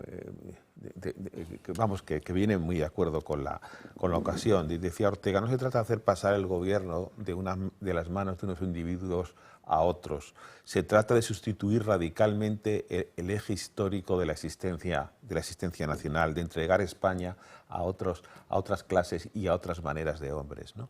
Y eso es así, y recomendaba además que los dos supuestos indispensables para el cambio de ruta es primero tomar las cosas como son, es decir, asumir de alguna forma la realidad, y segundo, liberarse de esa especie de fatalismo o maometismo que nos condena al quietismo histórico, ¿no? Aceptar la realidad para poder introducir en ella la libertad. España necesitaba, y acababa el filósofo diciendo, una larguísima era de reconstitución liberal. Es preciso apoderarse del poder firmemente para lograr, en una labor de muchos años, ir recreando de las ruinas bárbaras de la nación, valiéndose de la libertad como instrumento pedagógico para levantar España, ¿no?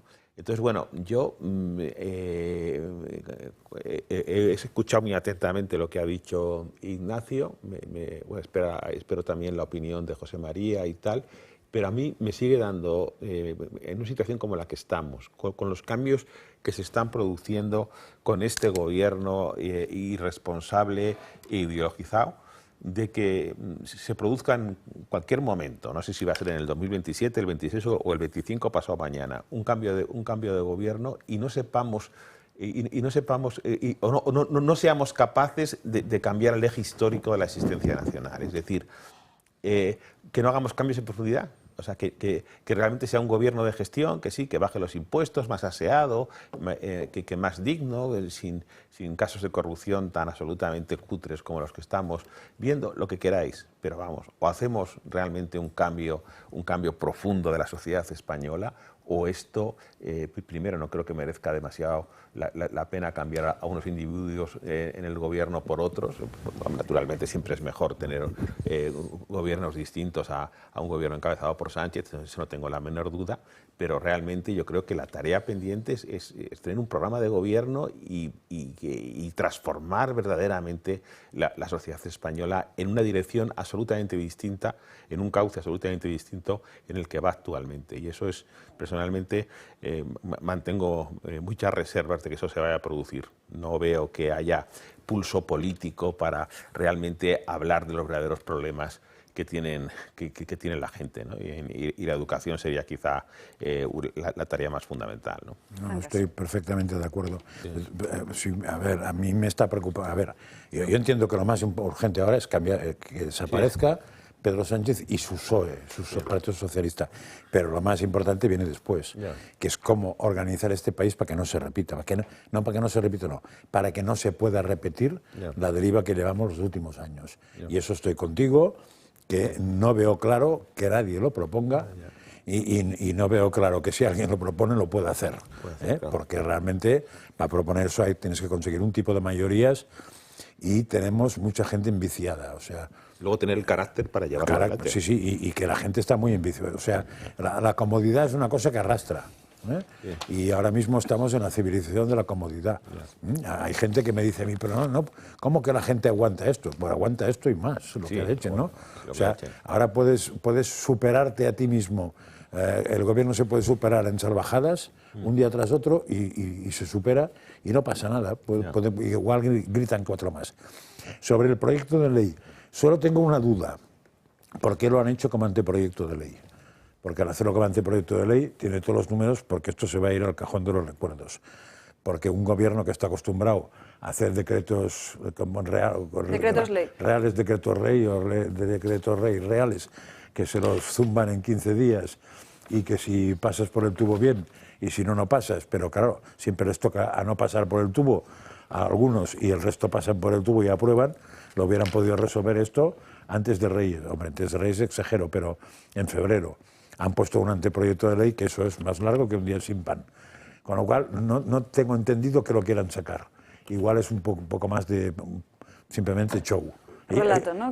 O otra tarjeta amarilla, es decir, es una amenaza a la prensa, es otra amenaza al mundo de la comunicación, diciendo, cuidado que os viene esta, ¿no? Para que veáis que no jugamos. No lo sé, pero aquí está Ignacio que lo sabrá más.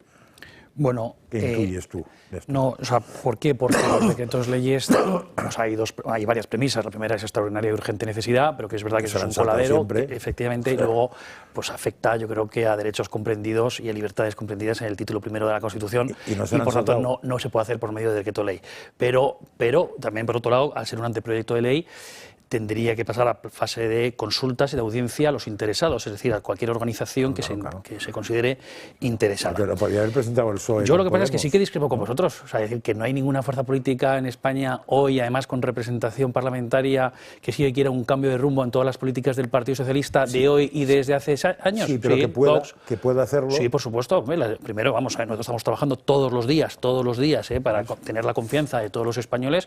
Vamos a seguir empeñados en eso porque es nuestra absoluta obligación. También hace años decían que no íbamos a tener ningún representante público, tuvimos 24, luego 52, ahora contamos con 33 diputados nacionales y por lo que dicen las encuestas, que nosotros siempre desconfiamos, pero sí, también estamos en verdadera auge y vamos a trabajar todos los días por esto, porque además ahí no puede tener ninguna duda el conjunto del pueblo español. Por tanto, nosotros estamos en la oposición total y frontal, nosotros no estamos en las medias tintas, nosotros no estamos para cantar las gracias a Pedro Sánchez, como sí que hace, por desgracia, el llamado primer partido de la oposición. Nosotros nos querellamos constantemente constantemente cada vez que vemos pues, un posible delito en el que concurra algún miembro del Gobierno o el Consejo de Ministros o su presidente en particular.